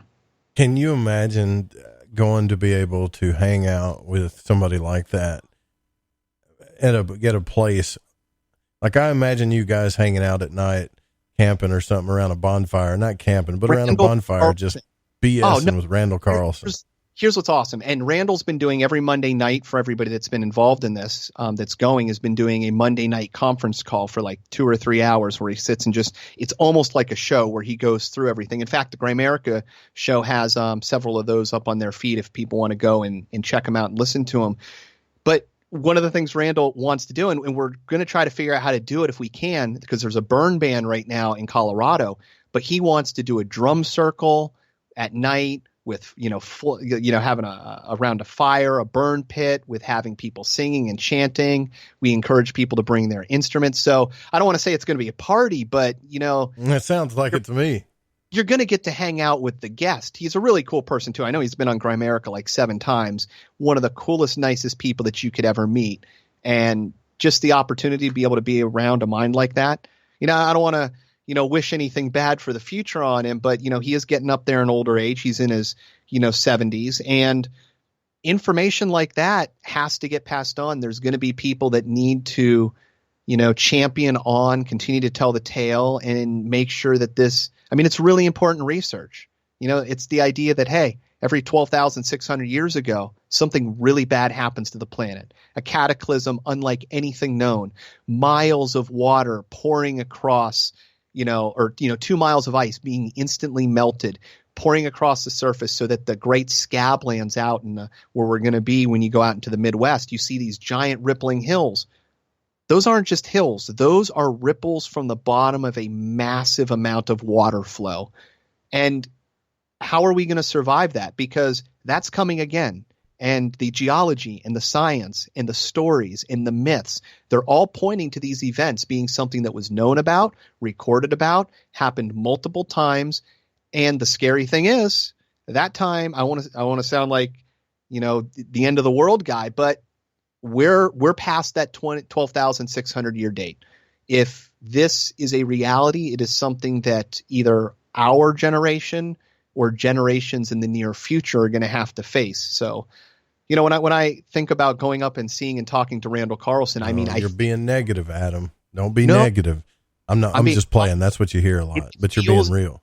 It feels like the most important thing you can do. It's important that everybody knows what's happening. Look, if there's going to be some sort of outburst from the sun, some sort of micronova, some sort of cyclical meteorite field or comet, or, planet 9 or 10, depending on, what you believe, is going to be, impacting and changing the earth to such a way that it could wipe us out as a species. Well, Randall's part of that toolbox in making sure that we know what's going on, are able to predict it, and then be able to show other people so that we can get our ass in gear and start making preparations. Because it is really no coincidence, I don't think, that there is thousands of known caves around the world that have been inhabited by people, places that can hold tens of thousands of people below the ground, including cattle. Well, what were these things for in the past? Why did these vast things exist? Unless this is something that happens, and occasionally we need to seek refuge. And if that's going to happen, man, I don't know. It just means that there like Randall's really important to listen to. I think they know about it. That's just me. I don't want to get too conspiratorial, but I think that there are certain parts of the government that know about it. Because I used to listen to like Graham Hancock talk about why are they not worried? They need to set something into place about asteroids. Jupiter just can't protect us all the time. You remember when he used to talk about that, right? About how important it is. And Randall would talk about that stuff too. But all of a sudden now you see all of these projects and stuff, and they keep rehashing the same articles about this Typhon asteroid that's going to come take us out. And we got the Space Force thing, and then you got Werner von Braun's predictions. I think they know about it. They just don't want to cause mass hysteria, and they might be doing something. Right. If you listen to Ben Davidson, he's got Suspicious Observers. You can look him up on YouTube. He's got a global catastrophe cycle series on there. I think it's like 23 videos. And they talk about, in one of them, the declassified CIA documents about this, in which you can look and trace that the scientists that were working, and pardon me for not remembering their names on this, some of the greats in cyclical global catastrophe pegged this, said, we're looking at a solar outburst from the sun that happens. When we go to the moon, when we went back there, we found evidence of this. It's no coincidence that it's, the original Apollo patch. It's Apollo, the son of the god. Why is Apollo going back to the moon? When we go there, we find all this glaciated glass. We're finding all this evidence of these things. They have all the information to know that there could be some sort of cyclical catastrophe. And then you have, when you start just looking at what we're doing with secret projects on the planet, why do we have all these underground bases? Well, hey, listen, if that is the reality, maybe this is something that could happen. It would make sense why we would be exploring space and other planets and black triangles and secret space programs and underground bases that, if the stakes are that high that we figured out in the 40s and the 50s that, hey, man, the Earth's field might be flipping. And this in the past has been associated with outbursts from the sun. And our science is starting to now show that we're having micronova that are recurrent micronova on planets in the hundreds to thousands of years. And that could be one of our planets. And these stories in the past of hell on Earth and cataclysm could all be true. And that, when you start walking down those routes and you see that the old storylines were written one way, and then those professors left the CIA, went out into the real world, started putting out different storylines that were easily debunkable and teaching, sideline stories, it would almost be like you said that, hey, we figured it out. We know something bad's going to happen. We can't have mass panic. And we're now going to, I almost think, maybe they're draining the system. They're bankrupting the system. They're grinding things into the ground until, it just crashes because they know it's going to crash. And they're trying to prepare. Because, from a country standpoint, if I know it's all going to end, I want to make sure as heck that, when it comes around, I'm going to be in control, that I'm going to be able to redominate the world or retake over. And, to do that, you would need to be able to protect your facilities, be able to rebuild, be able to keep your populace, your ability. Look, governments are power and control. It's all about the people. Right. Well, listen. We need to do this again. This was really cool. I love having you on, but we got to get out of here. We got like 60 seconds. Can you give them your link one more time there? catinthebox.space for all your remote viewing needs. And if you'd like to hear me or Joe Roop interviewed, 13questionspodcast.com. Thank you for coming on the program, Adam. It's been a real pleasure. Thank you for having me, Joe. All right, guys, that's it. Tomorrow night, we're going to have John Chavez on, and we're going to be talking about a little bit of the DMT experience, but not so much, not necessarily actually taking the substance. Can we do this ourselves without taking the substance? Can we have that breakthrough experience? I want to thank Don and Pacho and Barbara and Dennis and Eric and Patrick and then Blake, who am I thinking about? Adam, for coming on the show, and all of you late nighters that don't get tired, that have insomnia, that want to keep listening to radio. The Secret Teachings is coming up next. And don't forget, the show is produced by the Fringe FM, main music by Chronox, Bundy, Kevin MacLeod, and Space Station. We'll see you tomorrow night. I'm not tired!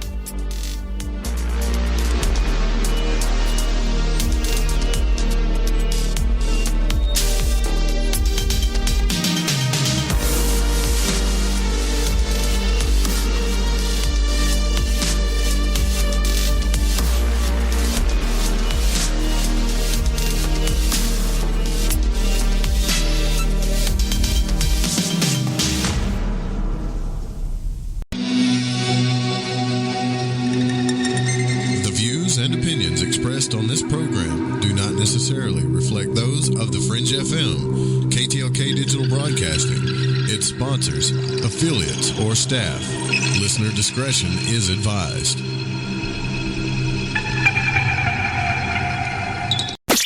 We told you weeknights on the Fringe FM are now even better. And we mean it. Do it live! Where else can you hear the best shows and the best talent? Kick off your evening with our newest host, Alex Exum, live at 7 p.m. Pacific, 10 Eastern.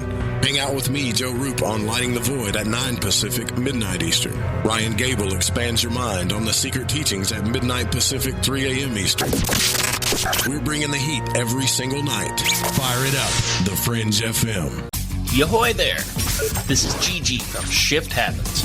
And holy shit, you're listening to KTLK, The Fringe FM. Hey, don't you dare turn that stand.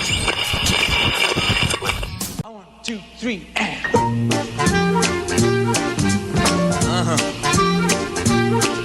Alone in the world lives a poor little lamb, as sweet a young child as you'd find